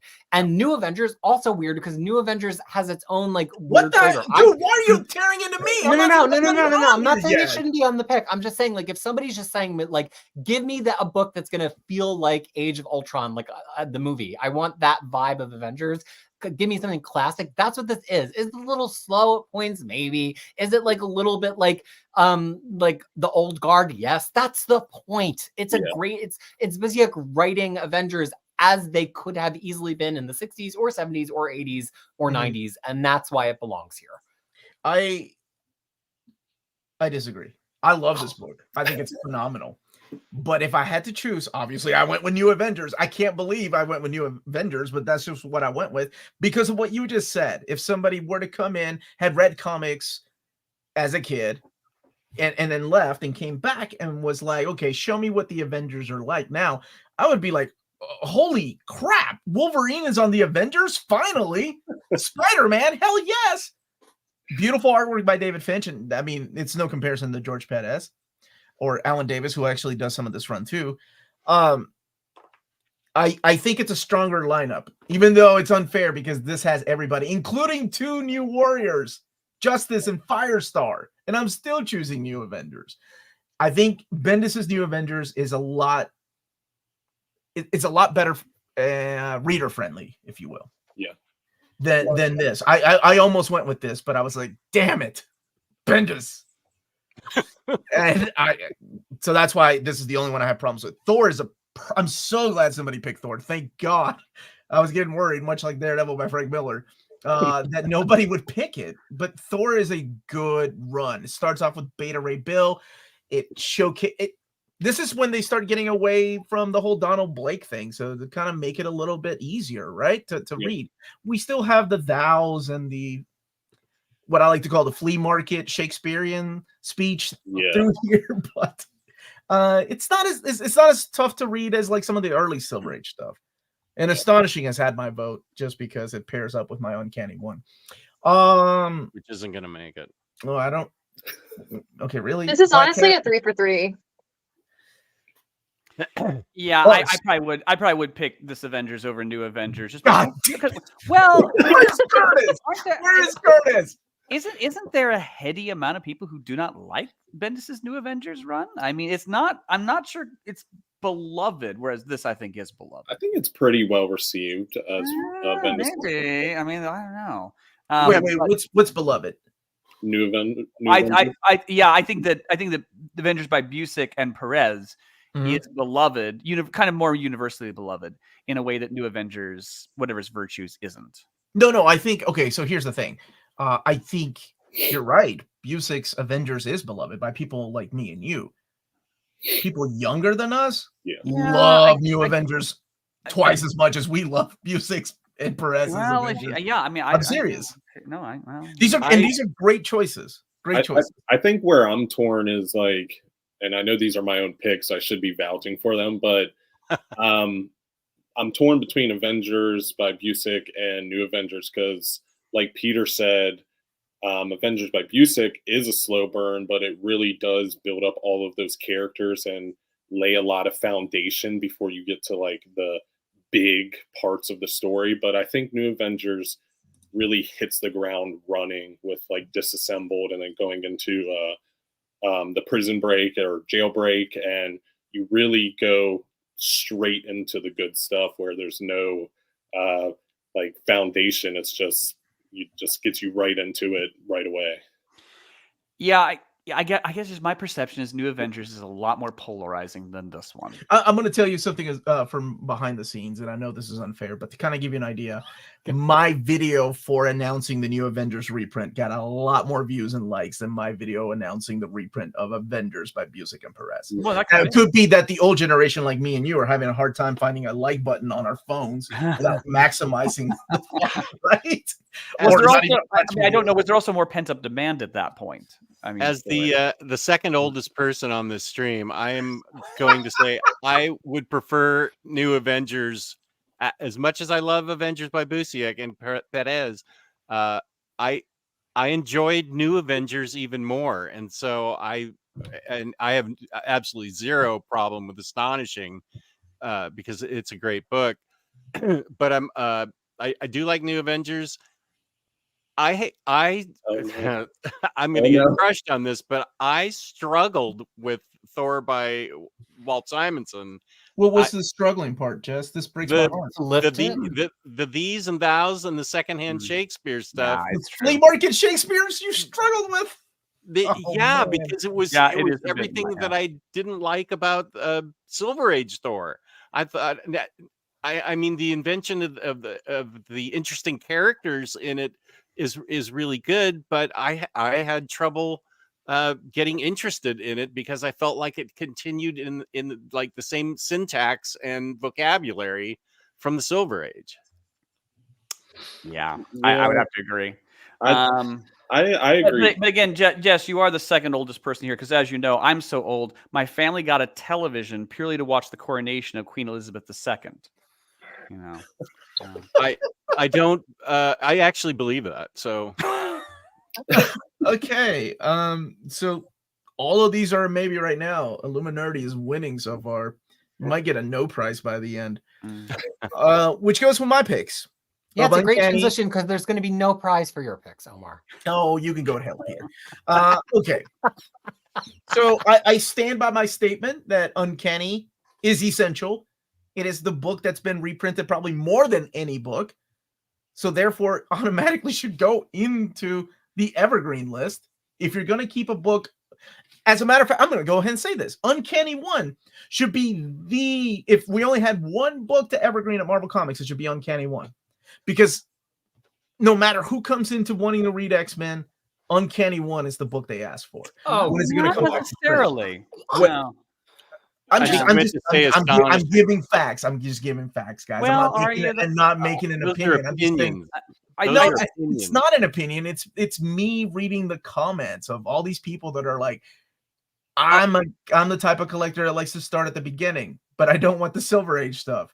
Where's Wolverine? When does in private chats, you and I dismiss those comments all the time. You know, people don't know what they're talking about. Astonishing is a way better pick than Uncanny. I'm not saying Astonishing is bad. I think Astonishing is a great pick. I'm saying there's enough room for two, and Phoenix has to go because there's no.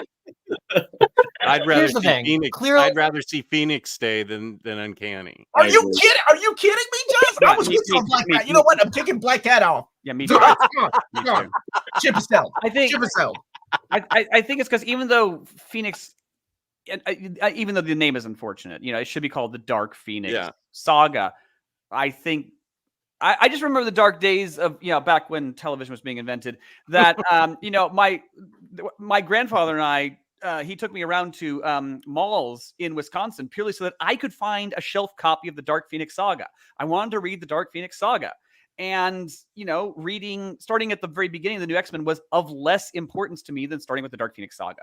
So that's why, and I think there's a big overlap with those two books. Right, but you're thinking of you as a kid. I sort of think we do need to pick one or the other, and I would vote for Phoenix. Okay, so Lars, let me just take. We are living in a collected edition time. No, we are I know. talking about an omnibus. I understand. Not you as a small child, because they don't even sell comics at pharmacies anymore or wherever. No, in fact, I'm old enough that they were writing comics on Sanskrit back when I started. No, I didn't say anything about your age. I'm just saying they don't do that anymore. Now we're living in a click and deliver age where You can just click one button and be like, oh, I want this book. I mean, Lars used to have to barter a cow for the comics. It's true. It's true. So I want to add a data point too from my YouTube presence since Omar's doing that. Peter, go ahead, Peter. When we did the classic X-Men read through, which now feels like years ago, but it was right at the beginning of the pandemic with Tyler and Freya on my channel, there were so many people that were like, wow, you finally got me to dig into this Claremont. I've been waiting all this time. And then like a week would go by.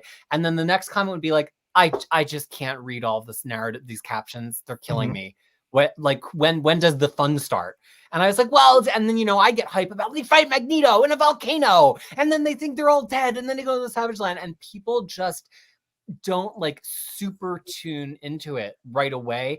It's like they've been waiting to read it all this time. And then they read it and they're like, oh, is that it? Because where it really heats up, honestly, for me, it heats up at 160, but where it really begins to heat up is Dark Phoenix. So like, it's a little bit of a polite fiction that I'm arguing against one of my favorite books of all time, but I just know that people struggle with it sometimes. Yeah. And I just think that if my kid was like, ooh, buy me one X-Men omnibus for Christmas, I mean, she would ask for this because she's a weirdo, but I don't know if somebody else's kid, if I would buy them, or somebody else, not a kid, somebody's grandmother, I don't know if I would buy them this one. I just don't know.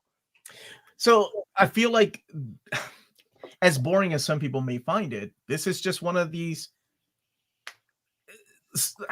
God damn, Citizen Kane type of movies, right? Like, no matter what, you have to own it to be respected in the comic book society. It's a book you have to have on your shelf. So judgmental. And if that's not a blurb for the back of the book when it's reprinted, I don't know what is. All right. The blurb is Omar is a gatekeeper, but here's a positive thing. I have New Avengers on my list. I'm actually with Tyler. I love his Avengers pick, but I think New Avengers makes a better Evergreen. So right, while I'm being negative about Omar, all right, we'll go come back to Uncanny. God, let me just throw in for New Avengers. I just reread a lot of this because I had to for a guide. It's none of it's quite satisfying, is it? Like, it's like the breakout happens and then like they start building to Secret Invasion. But then does this even get to issue 32, which has like the mic drop Spider-Woman moment? And then even if it does, then it stops there. I just don't know. I really am biased against books that you don't get value for the story in one book for the Evergreen list. Like, I'm all about like pay it off in the book if it's going to be on the Evergreen list. Oh my gosh, then why are you voting for Busick's run? I love Busick, but that guy was writing for the long game. Yeah, but all of the arcs in Busick's run pay themselves off. Like, they're not teasers. Avengers Forever is going to be a headache for anybody like that. Well, that's fair. That is fair. I think should have started so. Is that in volume? That is in volume 1, Lars. Come back to Team Omar, baby. Okay. I mean, I would have to say, like, if I had to vote for any of these, it would be for Giant Size and Amazing Fantasy. I also, if I had my way, there would be a lot of X-Men on the list, so I don't see it as kicking out other X-Men books to put Uncanny X-Men on the list. But I think when you're looking at the age group that's probably spending hundreds of dollars on omnibuses, and you look at who's probably buying those larger collected editions, those are two that I feel like would be selling a lot better. Because I don't know about other people my age, but I'm broke. So when I think about who's collecting the editions, it's probably going to be Uncanny and Amazing Spider-Man. But I also think all the X-Men should be on the list, so. Except maybe everything. Omar, correct me if I'm wrong, but doesn't this New Avengers, it ends right before Secret Invasion? Yeah, it ends with the cliffhanger of what Peter was talking about with the, I don't want to spoil it, but yeah, then that's even, I think my vote is just for New Avengers, but the other two I probably wouldn't include. What the guys? I don't think who did this? Who did this? I'm surprised that all of us didn't have any Spider-Man on our list, and then the one Spider-Man book we get is volume 1. I put Spider-Man. Spider-Geddon. We're not counting you. Oh yeah, Spider-Geddon. Spider-Verse. I put Spider-Verse. See, I told you I have a bad memory. I think that people can pick up some modern Spider-Man a lot easier than Yeah. people would be able to pick up and get through. As much as great as it is, yeah, I was alive when it was coming out and I read it and stuff like that, but I just don't think it's a book that people can pick up and get through and enjoy as much as maybe some other modern or Bronze Age Spider-Man or something. I agree with We're I talking agree about pre-existing books, right? So again, coming from the mentality of a collector who usually buys these things are collectors, right? Not somebody that just walked out of the Spider-Man movie with Tom Holland going, man, I've got disposable income. I really want a Spider-Man book. Let's do some research. Well, that's the big question here. But no, I agree with Jess. This is foundational, but forgive me, it's of historic interest. Primarily. My kids like this stuff. I understand that, but I still wouldn't give it to a teenager of today. I think it would knock them right out. Yeah. I agree. It would you knock them wouldn't right give out. Spider-Man? No, I wouldn't give this Spider-Man. Yeah, not that one. Not the this Stan Lee Spider-Man. Stan Lee and Steve Ditko Spider-Man, like it stands the test of time. No, it doesn't, Omar. It really doesn't. No, guys, no. Hell no. No.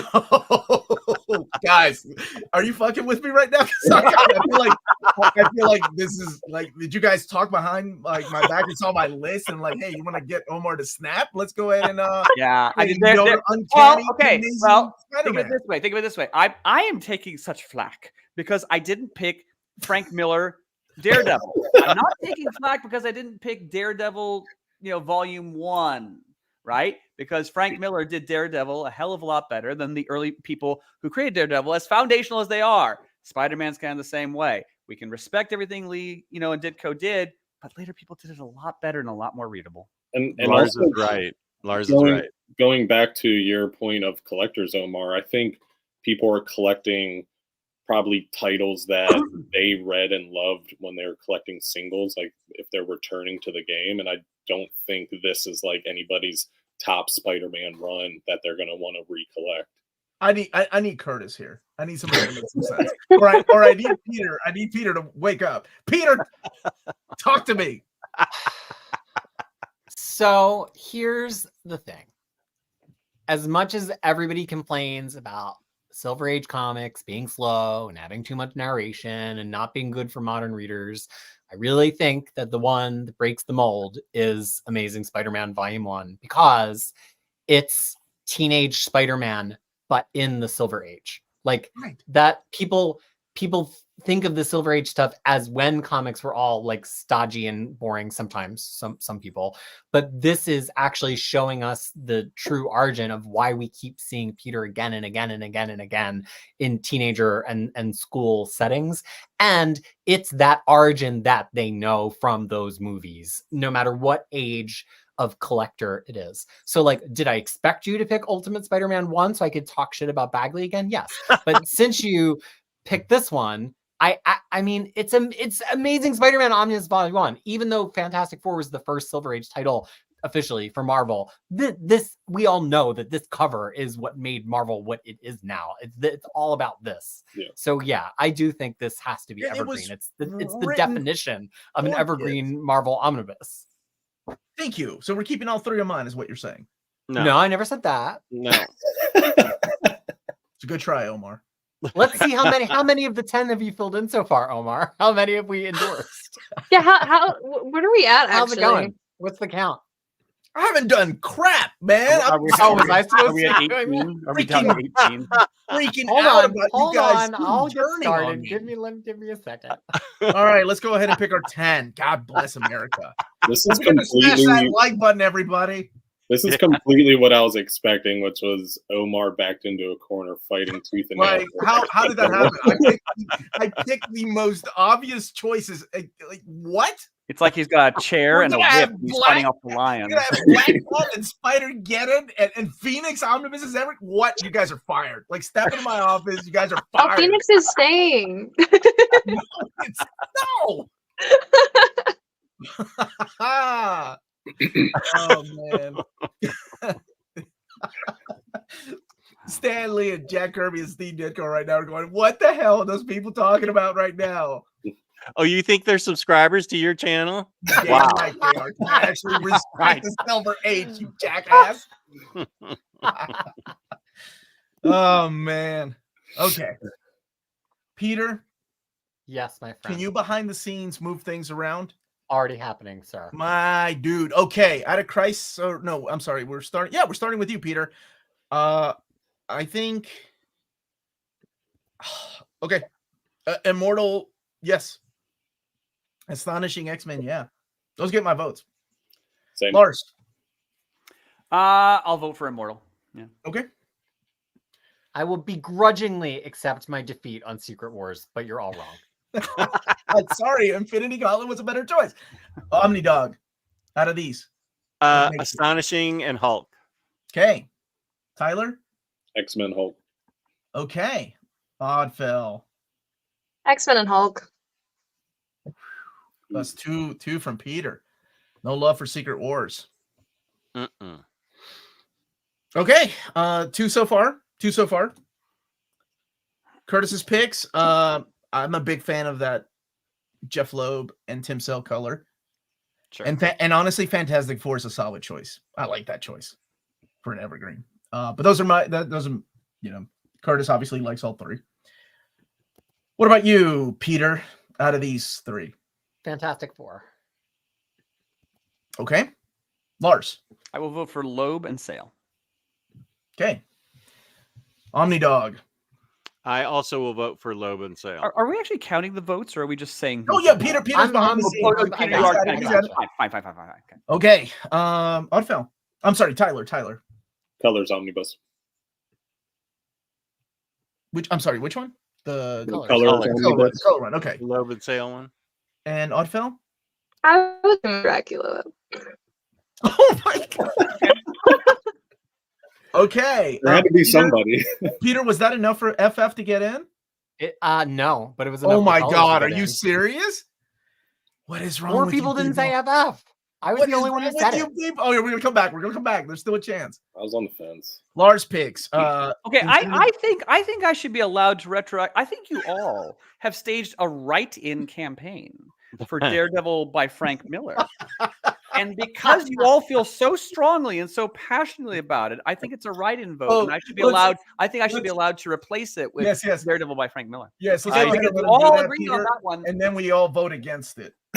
I just to piss and make Lars break. that would burst my appendix. Yes. Yeah. Infinity Gauntlet, yes. But I mean, if you're serious and you can redact that vote. Peter, what do you think? I'm not voting for Lars. Like any of his choices at all? Wow. I didn't realize Norway and New Zealand were at war. No, I mean, we all know that I love and appreciate everybody in this show, but right now, none of these have my vote. Wow, none, Ooh. like zero. What if he redacted that Spider-Verse Spider-Geddon and added Daredevil by Miller? Yeah. I guess we would see. Well, I think you all feel so strongly about it. I think I should be allowed to do that Okay, by public demand. by public demand. Oh, let's see if everybody on the panel agrees. Omni Dog, you good with that switch? Oh yeah, 100%. Tyler? Sure. Sure. All right, Oddfell. Sure. Okay. Okay. Switch And now it you up. can all vote it down. I don't know how to do it because I'm in the middle of okay. Maybe Peter can do it. I don't know, but we'll come back to Peter, that. can you swap that? Let's vote It's on- already swapped. Omar, refresh your thingamaboober. Oh, It's okay. gonna make things harder, that's for sure. Let me refresh. Thanks, Lars. Well, thank all of you. I had no idea you felt so strongly about this. I didn't either. I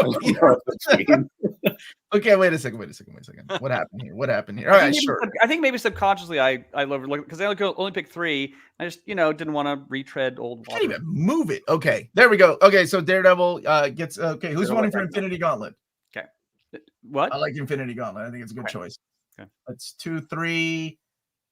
Omni Dog, Infinity Gauntlet, or Yeah. 4 votes. Okay, 5 votes for Infinity Gauntlet. We're up to All me. right. Well, What we about- got a lot of picks so far. All right, let's keep going. Did we Okay, all okay. vote? What about Did Daredevil by Miller? Let's go Yeah, I ahead. was just gonna ask about that. Okay. Absolutely, 100% needs to be on there. Yeah, same. I will take just a little credit for picking that last time. Yes. Just Maybe a the next time we can let the chat vote. How in the world would I do that? That's a good little. idea, That could be really challenging. Yeah, but maybe. Oh, that's Lars because nobody likes your Well, picks. no, we need someone smarter than us to figure out how they could vote. Yeah. Oh yeah, we'll get Taylor in here. He knows how to. We do could all do one these of those things. snap polling things, and just like every time we get to the one, we can be like, we have 1 minute. The snap vote. Okay. All right. Oddbell. I would just vote for Infinity Gauntlet. Yeah. No. Out of your picks. Oh. I mean, we all vote Hawkeye, Okay, right? So Hawkeye, I think, is a good choice. I think Yes. it's a good choice. It Agreed. needs to be on there. I am going to go with Uncanny X-Men because that's also my choice, and it's the definition of what should be an evergreen, despite of what the chat is saying. So yeah, Uncanny gets my vote. Audifel, can you back me up here for your own vote? Okay. I like all three of these, so it's hard for me to back up because, like, in my best case scenario, all three of these make it through. If I had to pick only one that would make it through, personally, I would pick Phoenix. We're not there yet. But I think all three of them have a place. I think Giant Size is the collector's choice as far as sales go. I think Hawkeye is a solid one that has a companion in the MCU, and I think Phoenix is the definitive format for reading Dark Phoenix Saga. So I think all three of them are contenders for Evergreen for very strong ones. Because at the end of the day, Giant Size is going to bring in sales. Yes, Uncanny X-Men. That's right. Tyler, what's your choices from Oddfell's picks? Definitely Hawkeye. I'm on the fence with Phoenix just because we will have X-Men in the lineup probably. So, but I'll say yes. I'll say yes for now. Okay. Lars. Hawkeye and Phoenix. Oh my god. But with a title change, Lars said. Yeah, ideally with a title. We're not doing that. I would prefer a title change. Again, had there been a Dark Phoenix Saga omnibus, I would have gone right there. There's one right here. There you go. See, there you go. Well, yeah, but it doesn't say omnibus, does it? No, it was famously just an doesn't say omnibus. Yeah, but I think it does, doesn't it? No, I don't think it says omnibus. It No, does. it doesnmake say omnibus, just on the spine. Yeah. Okay. But it is what it is. Hawkeye and Phoenix. Oh my god. Peter, please Oh, make Hawkeye some and Give me Phoenix. a sedative. I mean, Hawkeye and Phoenix. Oh my god. Oh wait, I didn't get a vote there. Oh yeah, Omnidog, buddy, you want your black cat? You better vote for Uncanny. This is how things happen at Marvel, by the way. I vote Hawkeye and Phoenix. God bless you. Okay. I actually want to read. I swear to God, I better see that Phoenix omnibus on everybody's shelves at the end of the year. It's on mine. Yeah. All right. well, weirdly, like Peter, I already have the material in a crazy number of formats. So. No, you better buy that damn omnibus. You Okay, voted well, for I know, it. I will. Same. I want to get Phoenix. I want to get the whole thing right, just like that now. After Okay. hearing all this, Out of Omnidog's picks, new X-Men. Anybody besides Omnidog want to vote new X-Men in? Just to clarify real quick, are we going to have it like a second round of voting? Yeah, because we're gonna have to Okay. fix the top 10 because Uncanny's not there yet. I And don't know how I'll go for new X-Men. that happened. You vote no for new X-Men or yes? I'll go for new X-Men. Okay, you and Omnidog. Lars, Peter, Oddfell? No. Okay. I'll vote yes to definitely Silver Surfer, Okay. and I'll vote for new X-Men. Sure. For Uncanny. I'm gonna kill myself. Well, because we have Phoenix. if we didn't have Phoenix, then I would see your point. But yeah. I love that this whole stream has just turned into Omar slowly losing his mind. And I really Honestly, thought I really thought about doing a top 10 like X-Men only omnibus evergreen, which would be I don't know if I can handle it. We may see a family man commit suicide on air. No. Okay. Fine. Maybe new. Wait. Who voted yes? Lars, Tyler. You got 3. Dang it. We need Curtis. I'm gonna call Curtis and tell him to quit hanging out with his kids. Peter, what about you? Definitely Silver Surfer. Mm-hmm. Yeah. All right, Silver Surfer. I say Yeah. yes to Silver Surfer. I like that. I'll come back to New X-Men once we see the list, but it already has 3 votes. So Yeah, I see Silver Surfer. Oddfell and Tyler. Silver Surfer and Black Cat, I think both for me. Black Cat. Okay. Wait, let's do Black Cat then. Yes for Black Cat. Who's in for Black Cat? Oddfell and Omnidog, obviously. But who else? I love it, but I just can't. Looking at what the 10 is, I just can't put it in there. Oh, I can't either. However, I have put it on my list to read on Marvel Unlimited, so you know. Absolutely, everybody should read it. Jess is not leading you astray here. It is a great read, but Chris Claremont would come and kill my dog if I vote Black Cat in and not Uncanny Volume 1. So yeah, that's a no for me right now. But you know, if there's more room, I'd be happy to. Let's go with the next one, which is Tyler's picks. I think we already voted Astonishing Anne. Yep. Let's vote Avengers. Peter, you kick it off. Yes or no? Yes. Lars? Yes. 2 yeses. Omnidog? no. No. Tyler? Yes. No. What? It's your pick. Okay. Okay. No. I like your choice better. So Oh, Peter, okay. what That do should you- be on a t-shirt. That should be on a t-shirt, Omnidog. Okay. Oddfell. Yes or no on Avengers? Yes. No. So it's 3 and 3. Okay. That's a maybe then. Let's go to Mighty Thor by Walter Simonson. Peter, kick it off. Yes or no? Yes, despite the recoloring. Oh yeah. yeah, Recolor. very bad. Lars. Yes, even though I totally sympathize with Jess's concerns, but you know, it is uber beloved and uber popular, so I will yield to public demand. Like Uncanny One. But I share Jess's concerns. Oh, this is the same case I had for Uncanny One, and you're yielding for the Mighty Thor. Okay. Jess. Yeah, I understand that it's beloved and I'm in the minority, but I have to say no to Thor. Okay. Oddfell, yes or no to Thor? Yes. And it's a yes from me, but just in case, Tyler, were you still with yes? Okay. Yeah, that's a good one. That's a good choice. All right. Last but certainly not least. Boring. All right. I will vote for your Black Cat. We talked about this through text, you bastard. Okay. Woo. Here we go.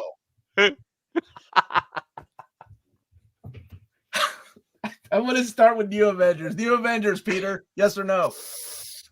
No. Okay. You're dead to me. Lars. Is he ever alive? Lars. I'm gonna politely decline. Yeah. Okay. I think the problem here is we're picking personal favorites over evergreens. We need to think evergreen. That's what I'm thinking. I am That's what I'm thinking too. I am thinking evergreen. These are the books I want to be evergreen. Oh my god. Okay. I don't care about sales or new readers or Desert Island discs or anything. We're gonna go These are my choices. Jess. Oh. Okay, Jess. New Avengers. Yes or no? Yes. Okay. 1 vote for New Avengers. Tyler? Yes. All right. Oddfell. No. My God. We really do need Curtis because that's a tiebreaker. Okay. I'm going to say yes to New Avengers. So both Avengers by Music and New Avengers are on the list so far. See. Wait. You'll have to How did text you? There was Curtis. not 3 votes. How did you get the 3 for New It's Avengers? me, Tyler, and Jess. All right. Wait, did you think I was cheating? Yes. If he's gonna cheat, it's gonna be for Uncanny. Oh God, yes. I'm gonna start a new panel. He's gonna I'm gonna call re- somebody. I'm gonna Cheryl. recruit people from the chat. Thank okay. you, Danny C. My wife thinks I'm boring too. I appreciate your sentiment. I screenshotted it and I'm going to send it to her. To your wife. Yeah, Jess is boring. Okay. Amazing Spider-Man Omnibus Volume 1. Peter. Yes. Awesome. Lars? I'm gonna politely decline. No, okay. Jess? I'm sorry, what are we voting? Amazing looking in the Spider-Man chat Omnibus Volume for 1. more boring things. Amazing Fantasy? No, I'm sorry. No. Okay. Tyler. I'm gonna say no. Yeah. No. Okay. That's the last time you get invited. Oh my gosh. Because the rest of us are paying you. Omar. I was close to saying yes. Oh, you were so close. You better change your damn mind again I could now. be convinced. I could. Be All right. Oddfell, what about you? I'm gonna say yes, but I feel like we're gonna have to vote on all these again because we've got more than 10. Oh yeah, that's my girl. That's what's up, Oddfell. Okay, yeah, that makes it. That's 3 votes for Amazing Spider-Man. Okay, Uncanny X-Men Omnibus Volume 1. All hell's about to break loose. Okay, Peter, yes or no? No. No. Okay, Lars. Only because we have the Phoenix book. No. Okay, Jess. No. Got okay. Tyler. Only because of Phoenix. Also no. Phoenix. Okay. Oddfell. I always want more X-Men, so I'm gonna say yes. It's on your list. I would hope you'd say I know. yes. I just always want more X-Men, so I'm gonna say yes. That's fair. I cannot believe we just voted Uncanny X-Men off. Will you join the stream so you can vote for Uncanny X-Men? What's wrong with your pet? Uh-uh. Oh, okay. I vote for. Oh.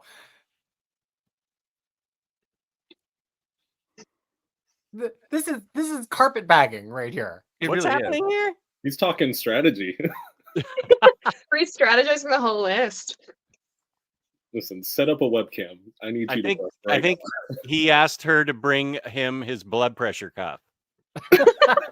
See, No, Listen, that's I not think what I asked for. astonishing, uncanny, unpopular opinion, but I would vote that over this. so Omar's household is a democracy. He gets 1 vote, and Melanie gets 3 votes. But that could help right now. Oh my gosh. Okay, so Uncanny, I'm going to say it again, is voted off the Evergreen list. The #1 most requested book to be reprinted is off the Evergreen list. I'm going to say it again for the people in the back. Okay. What the hell do we have so far? I love that. Lars, You gotta reload. Yes. I gotta reload. Okay, I gotta reload. Hold on a second. I don't know what you're doing that you can't see my live changes, but it all happened.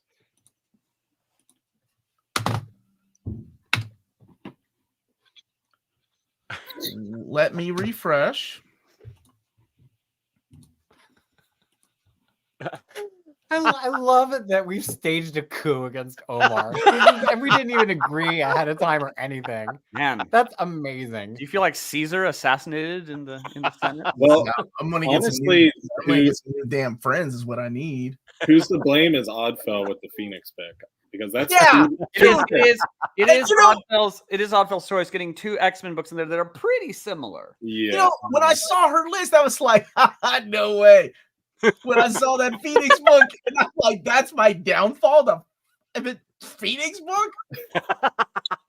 Well, if I had realized there was such bristling hatred for Spider-Verse, Wait I a- would wait a- have thinking very differently. Wait a minute. How the hell did New X-Men get? Dude, if I showed this list to Marvel, they'd be Oh like, no, I thought we got to 3 on New X-Men. Did we not get the 3 votes? no, there's no way we did. I think Yeah, Okay, we well totally then, did. I think well we then got we are 6 down to votes. 11. New X-Men over. Oh my god! If I send this list over to Marvel, they're gonna be like, "Stop talking to us." So we got to kick out 2. This is 12, and we Gotta kick out promised 2. 10. So New Oh, X-Men with New a X-Men. miscount, I'll own that. So New X-Men shouldn't be on here. What No. is the other I one think that it gets- does. I think it does count. Yeah, New X-Men's in. All right, New Yeah, X-Men. well, then was we got to in. kick off 2 to play by our rules. We said 10 books. Okay, Do we got 2 wanna vote- Avengers books. Do we want to vote which 2 each of us would do, and then we can tally which 2 each of us would kick? Yeah. That's good. Okay. All right, Ophel, who are you going to kick out? New Avengers and New X-Men. Oh. Okay. Tyler, who are you going to kick out? Loban, Sale, and New X-Men. Omni Dog, who are you going to kick out? Thor and excuse me, Thor and Same with your chest, Jess. I,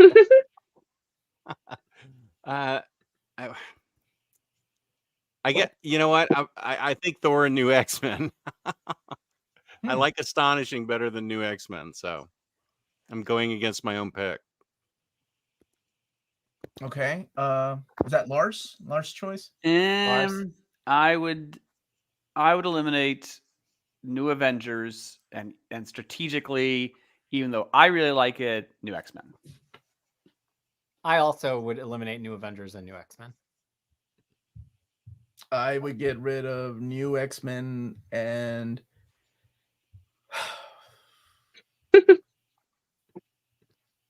well, if I can't have my uncanny one, I guess the Phoenix is effing staying. So I will have to get rid of New X-Men and Avengers by Busick and Perez. What do we have, Peter? That was New Avengers and New X-Men had the most votes to eliminate. Mm. Whoa. Okay. I'm going to refresh the list. Not give me one more second here to make Yeah, you go ahead. We'll keep everybody entertained. Again, All right. the choices here do not represent the opinions of Near Mint Condition. This is a democracy. What is Please do not. Please send all death threats to the Norwegian assassin.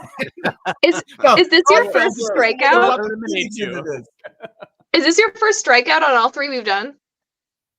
No, one of mine stayed, didn't it? Uh, Oh my God! no. All None of my Oddfell, thank you for pointing that out to him. I'm so sorry.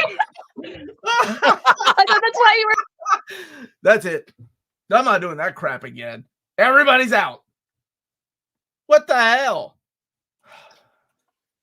All right, welcome back. I thought that's why you were mad. I didn't even notice until you said something. That was the best moment ever. You'll never get rid of all of this, Omar. The guy that runs the Home of Collected Editions got all his choices X'd out. Oddfell just dunked on you. That Not was only did she bring awesome. the crappiest omnibus to the table, it got voted in here, and then she reminded me that none of my choices made it. The stream will be deleted after it goes live. I'm gonna redo this again with my real friends. And who are they exactly? I have real friends, Lars. If you can't get Uncanny X-Men Volume 1 on the list with me and Oatville on the call, Yeah, I don't know. I don't know if you have any hope. You guys need some help. Look, you have to just admit that Oatville outmaneuvered you today. You're strategically. Dude, I looked at her like her list was okay, right? I'm like, oh man, she's gonna get clobbered for that. For that Phoenix. She was playing chess while you were playing What checkers. the hell? Okay, so our final list again does not represent the thoughts and opinions of Near Mint Condition.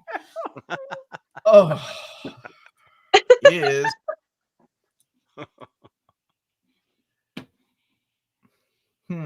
interesting. Is everybody else glitching out too? Yes. Yeah, that's yes. a little weird. Yeah, I'm not seeing Black Cat. Okay, so that is Stan Lee, Jack Kirby, and Steve Ditko saying hell no. Taunted. Okay, so the final list here is Astonishing X-Men, Avengers by Busick and Perez, Daredevil by Frank Miller. Does that even count? Does that even count? You didn't even choose that. All right, whatever. You all demanded it. I know, because it's ridiculous. All right, Hawkeye by Fraction and Aha, Immortal Hulk, Infinity Gauntlet, Curtis's Choice, which, whoa, what the hell? I'm not kidding. Maybe it is some kind of weird thing happening. The Jeff Loeb Tim Cell Color Omnibus, the Phoenix Omnibus.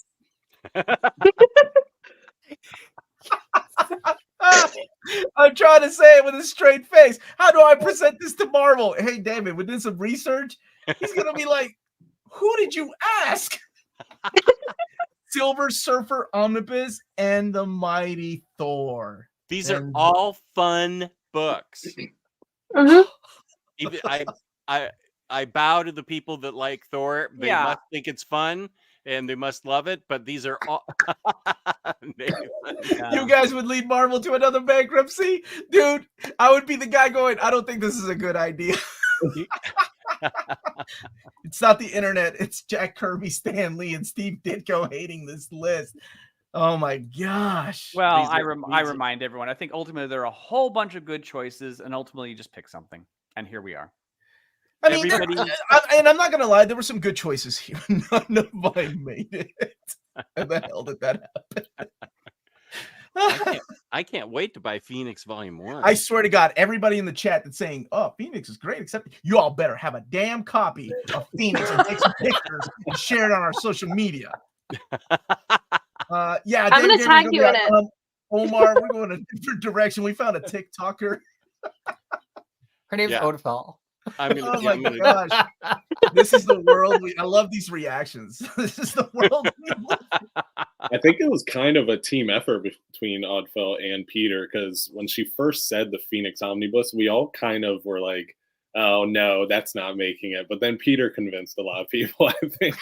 Oh yeah. Peter, like, straight up was my sales pitch, and I'm like, thank you for having me. Because I'm like, for me, it's definitive, but like, I should have Crisis pitched it. a long time ago.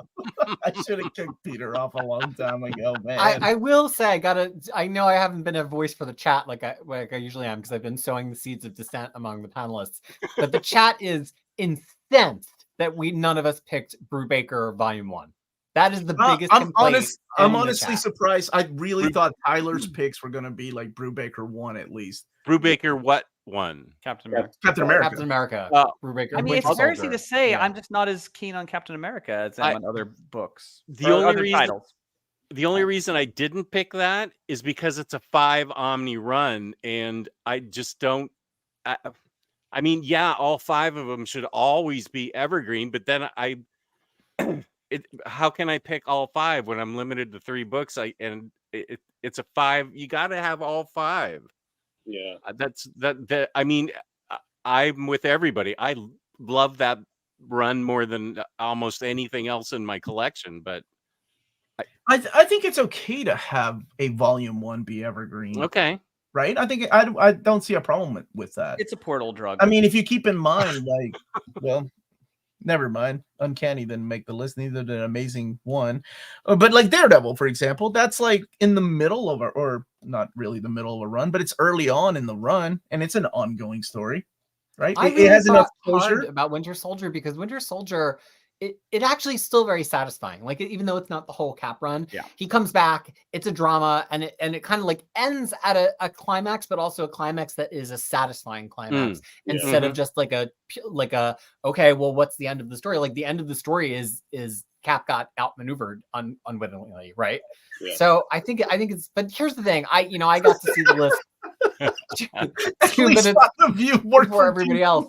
Mm-hmm. I would read every one of the omnibuses on this list. It was 19 fantastic omnibuses. Like, this voting part is mostly so we can annoy Omar, but like this is guys, this is what I look forward to this for like a month, and you bastards stab me in the back. I agree with Omar, but when I needed the money, I sold Uncanny and kept the Phoenix Omnibus. So maybe they're right. Still mad that we didn't add any Spider-Man to the list. What? Yeah. Phoenix has an omnibus without Spider-Man? Oh I think Peter, you're right. I mean, I would gladly read all of these. You know, yeah. they'd be enjoyable. None of them would churn my stomach. It would be very, very great. Yeah. Churn your stomach. I don't know. That is the low bar to which I aspire. So will it make me throw up? Are you guys gonna do this no. for DC Omnis too? I don't know, man.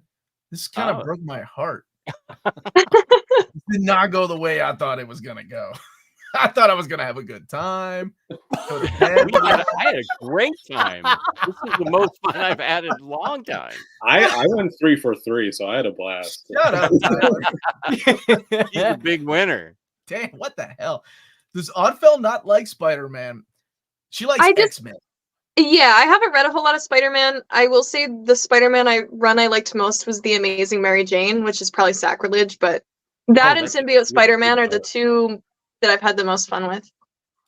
Amazing Mary you did Jane's get Spider-Man Blue. That is true. We do have Spider-Man Blue in there, which is one of the best. Which is really good. Which is really, really Well, good. Never again, do Spider-Man this is again. one of those ones. Thank you what for your do you- endorsement. Maybe one of our next shows should be a Spider-Man evergreen list, because it's all 2 volumes. It's all multiple volumes.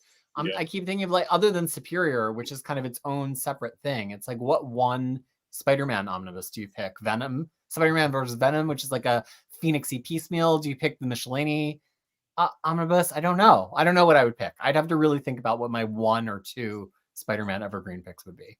Make me read Spider-Man. I've like never. I've barely read Spider-Man. That would be fun to do a Spider, because we thought about doing a Wolverine omnibus list, which is one of the reasons why I didn't pick it. But I mean, in the end, if we're doing an Evergreen list, I don't think Wolverine would have made it. But then again, what the hell's Phoenix doing in there? It's an X-Men Bitterness book. is seeping out. It's an X-Men book.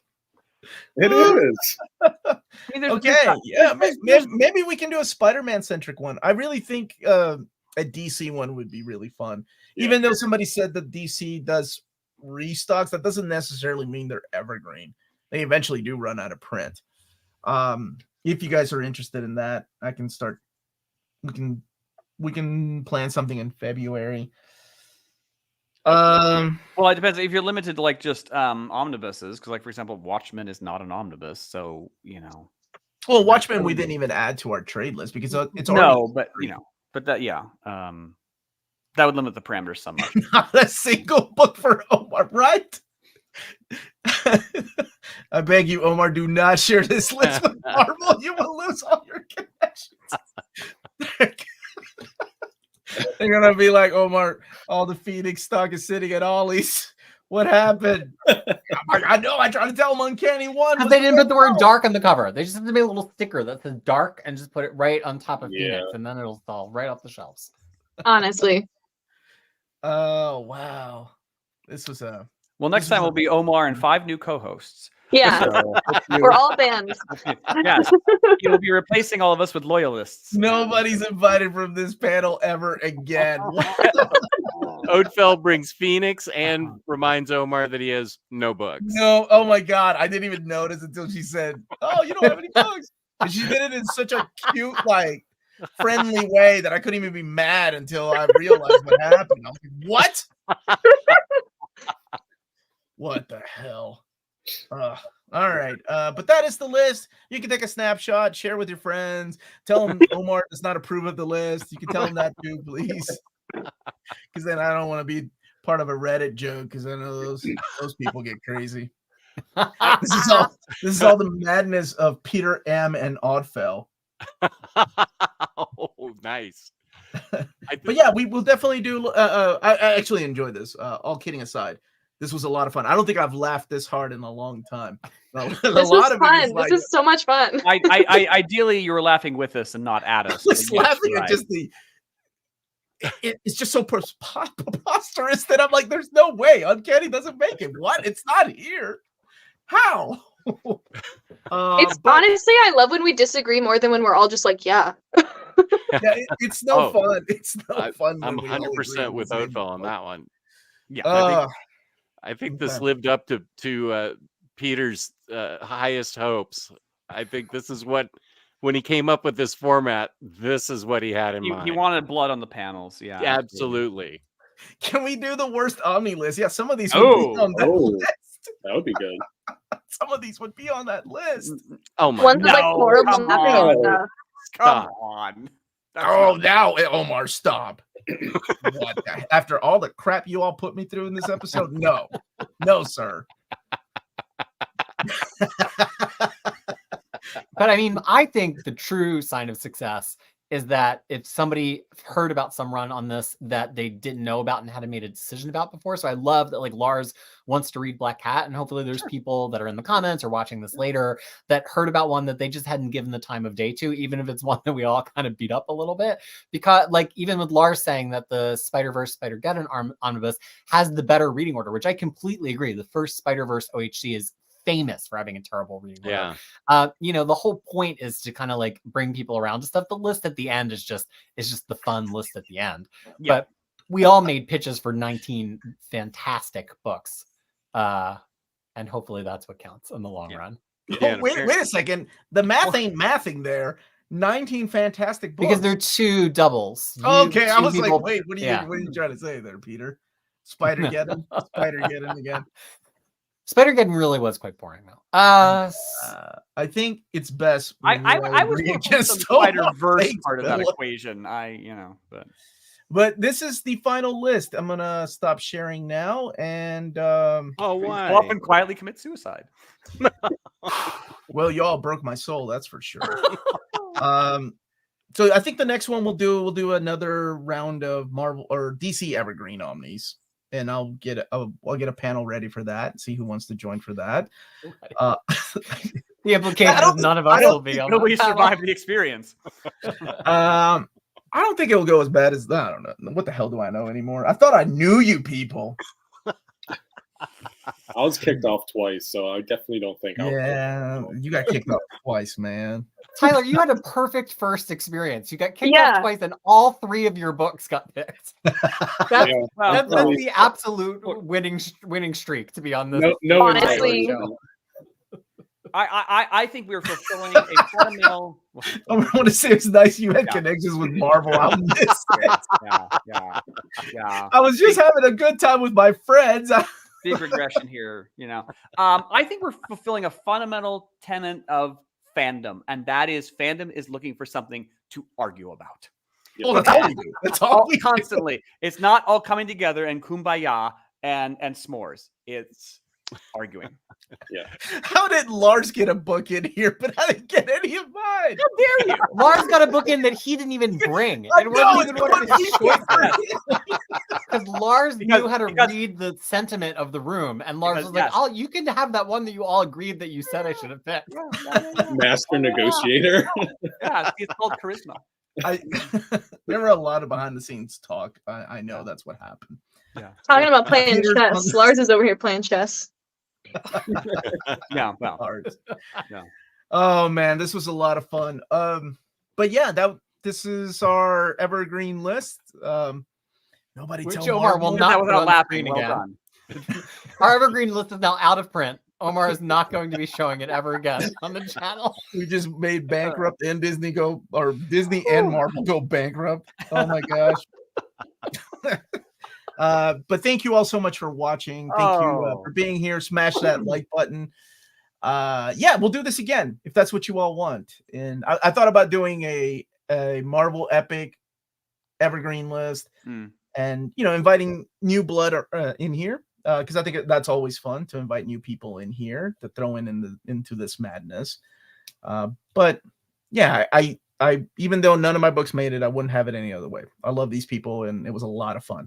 And I laughed my ass off at my own expense, which doesn't happen quite often. So, round table, introduce or say goodbye and tell people where they can find you and follow you. Well, thank you for having me and letting me argue with you. I'm Oddfell, and you can find me on Facebook, Twitter, Instagram, TikTok, YouTube, all under Oddfell. The only one where it's not a normal O is Twitter, where it is a 0. I do mostly cosplay-related content, but over on YouTube, I do have comic, pop culture, and toy unboxing style videos as well. But definitely check that out, especially if you love X-Men stuff. Okay, Tyler. I am Illuminati. You can find me on Instagram, YouTube, TikTok. It's Illuminati_. If you just type in Illuminati, you may run into like 6 other accounts. So make sure you put in the underscore. I do comic book reviews, overviews, top 5s, top 10s, hauls, everything along those lines. And I also want to thank the Near Mint Condition community and Omar and all of you guys for letting me be a part of this. Of course. You were blessed to have on. Yeah. And you have a great wife. Yeah. And thank you for being part of my wedding video, Omnidog. My Lars. pleasure. Yes, Lars Pearson, publisher and editor-in-chief of Mad Norwegian Press. And you can find me at madnorwegian.com, where we publish a whole bunch of, among other things, Doctor Who-related content. And just last year, we put out 2 new volumes in our About Time series, updating our coverage of the Tom Baker years. And Omnidog.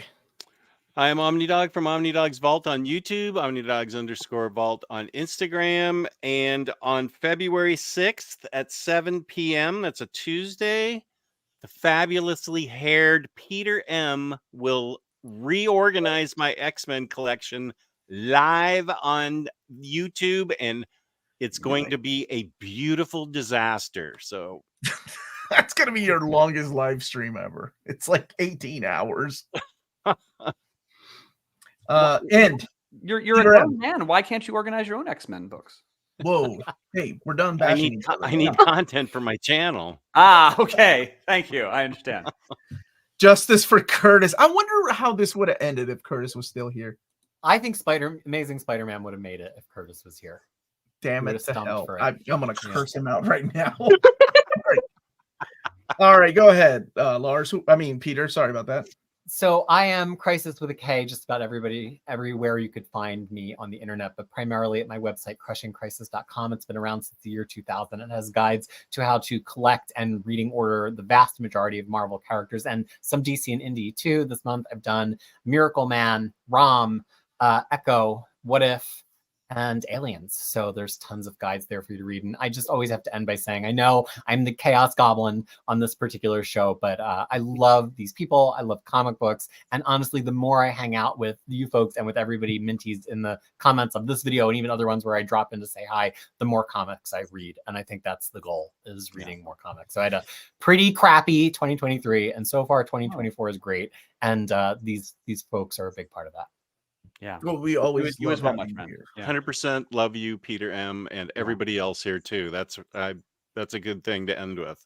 Yeah. Yep. We're all actually friends, Yeah, absolutely. except Omar now. We We're lost done him. bashing each Oh. other, you bastard. All right, that's it, everybody. Peter, Thank you all Peter, so much for watching. I am here every day. Check out cheapgraphicnovels.com if you live in America, and check out Walt's Comic Shop if you live in Europe, in the EU. So that's it, everybody. I'll be back tomorrow with a video. And as far as omnibus announcements, they're coming back Sunday. I've got six videos. Six videos. Oh, fantastic. You guys want a hint? You guys want a None hint? of the ones on the list. Yes. All right, here's the hint. Omni Dog has bought trade paperbacks of one of these omnis that's coming out in omnibus format. Some of these are out of print trade paperbacks too. And I So love you're it. welcome. Yeah, which says that's actually any. No, I've hinted at one of these before. You know, one of them is another omnibus by a creator that almost made it on the Evergreen list, and another omnibus I've hinted at is the big question is like, you know, if we're collecting Secret Wars, where's all these little things? So that's all I'm saying. Everybody, have a wonderful day. Love each other and go read some good comics like Uncanny One and I guess the Phoenix Omnibus. We're out of here. Yay, Bye. Phoenix.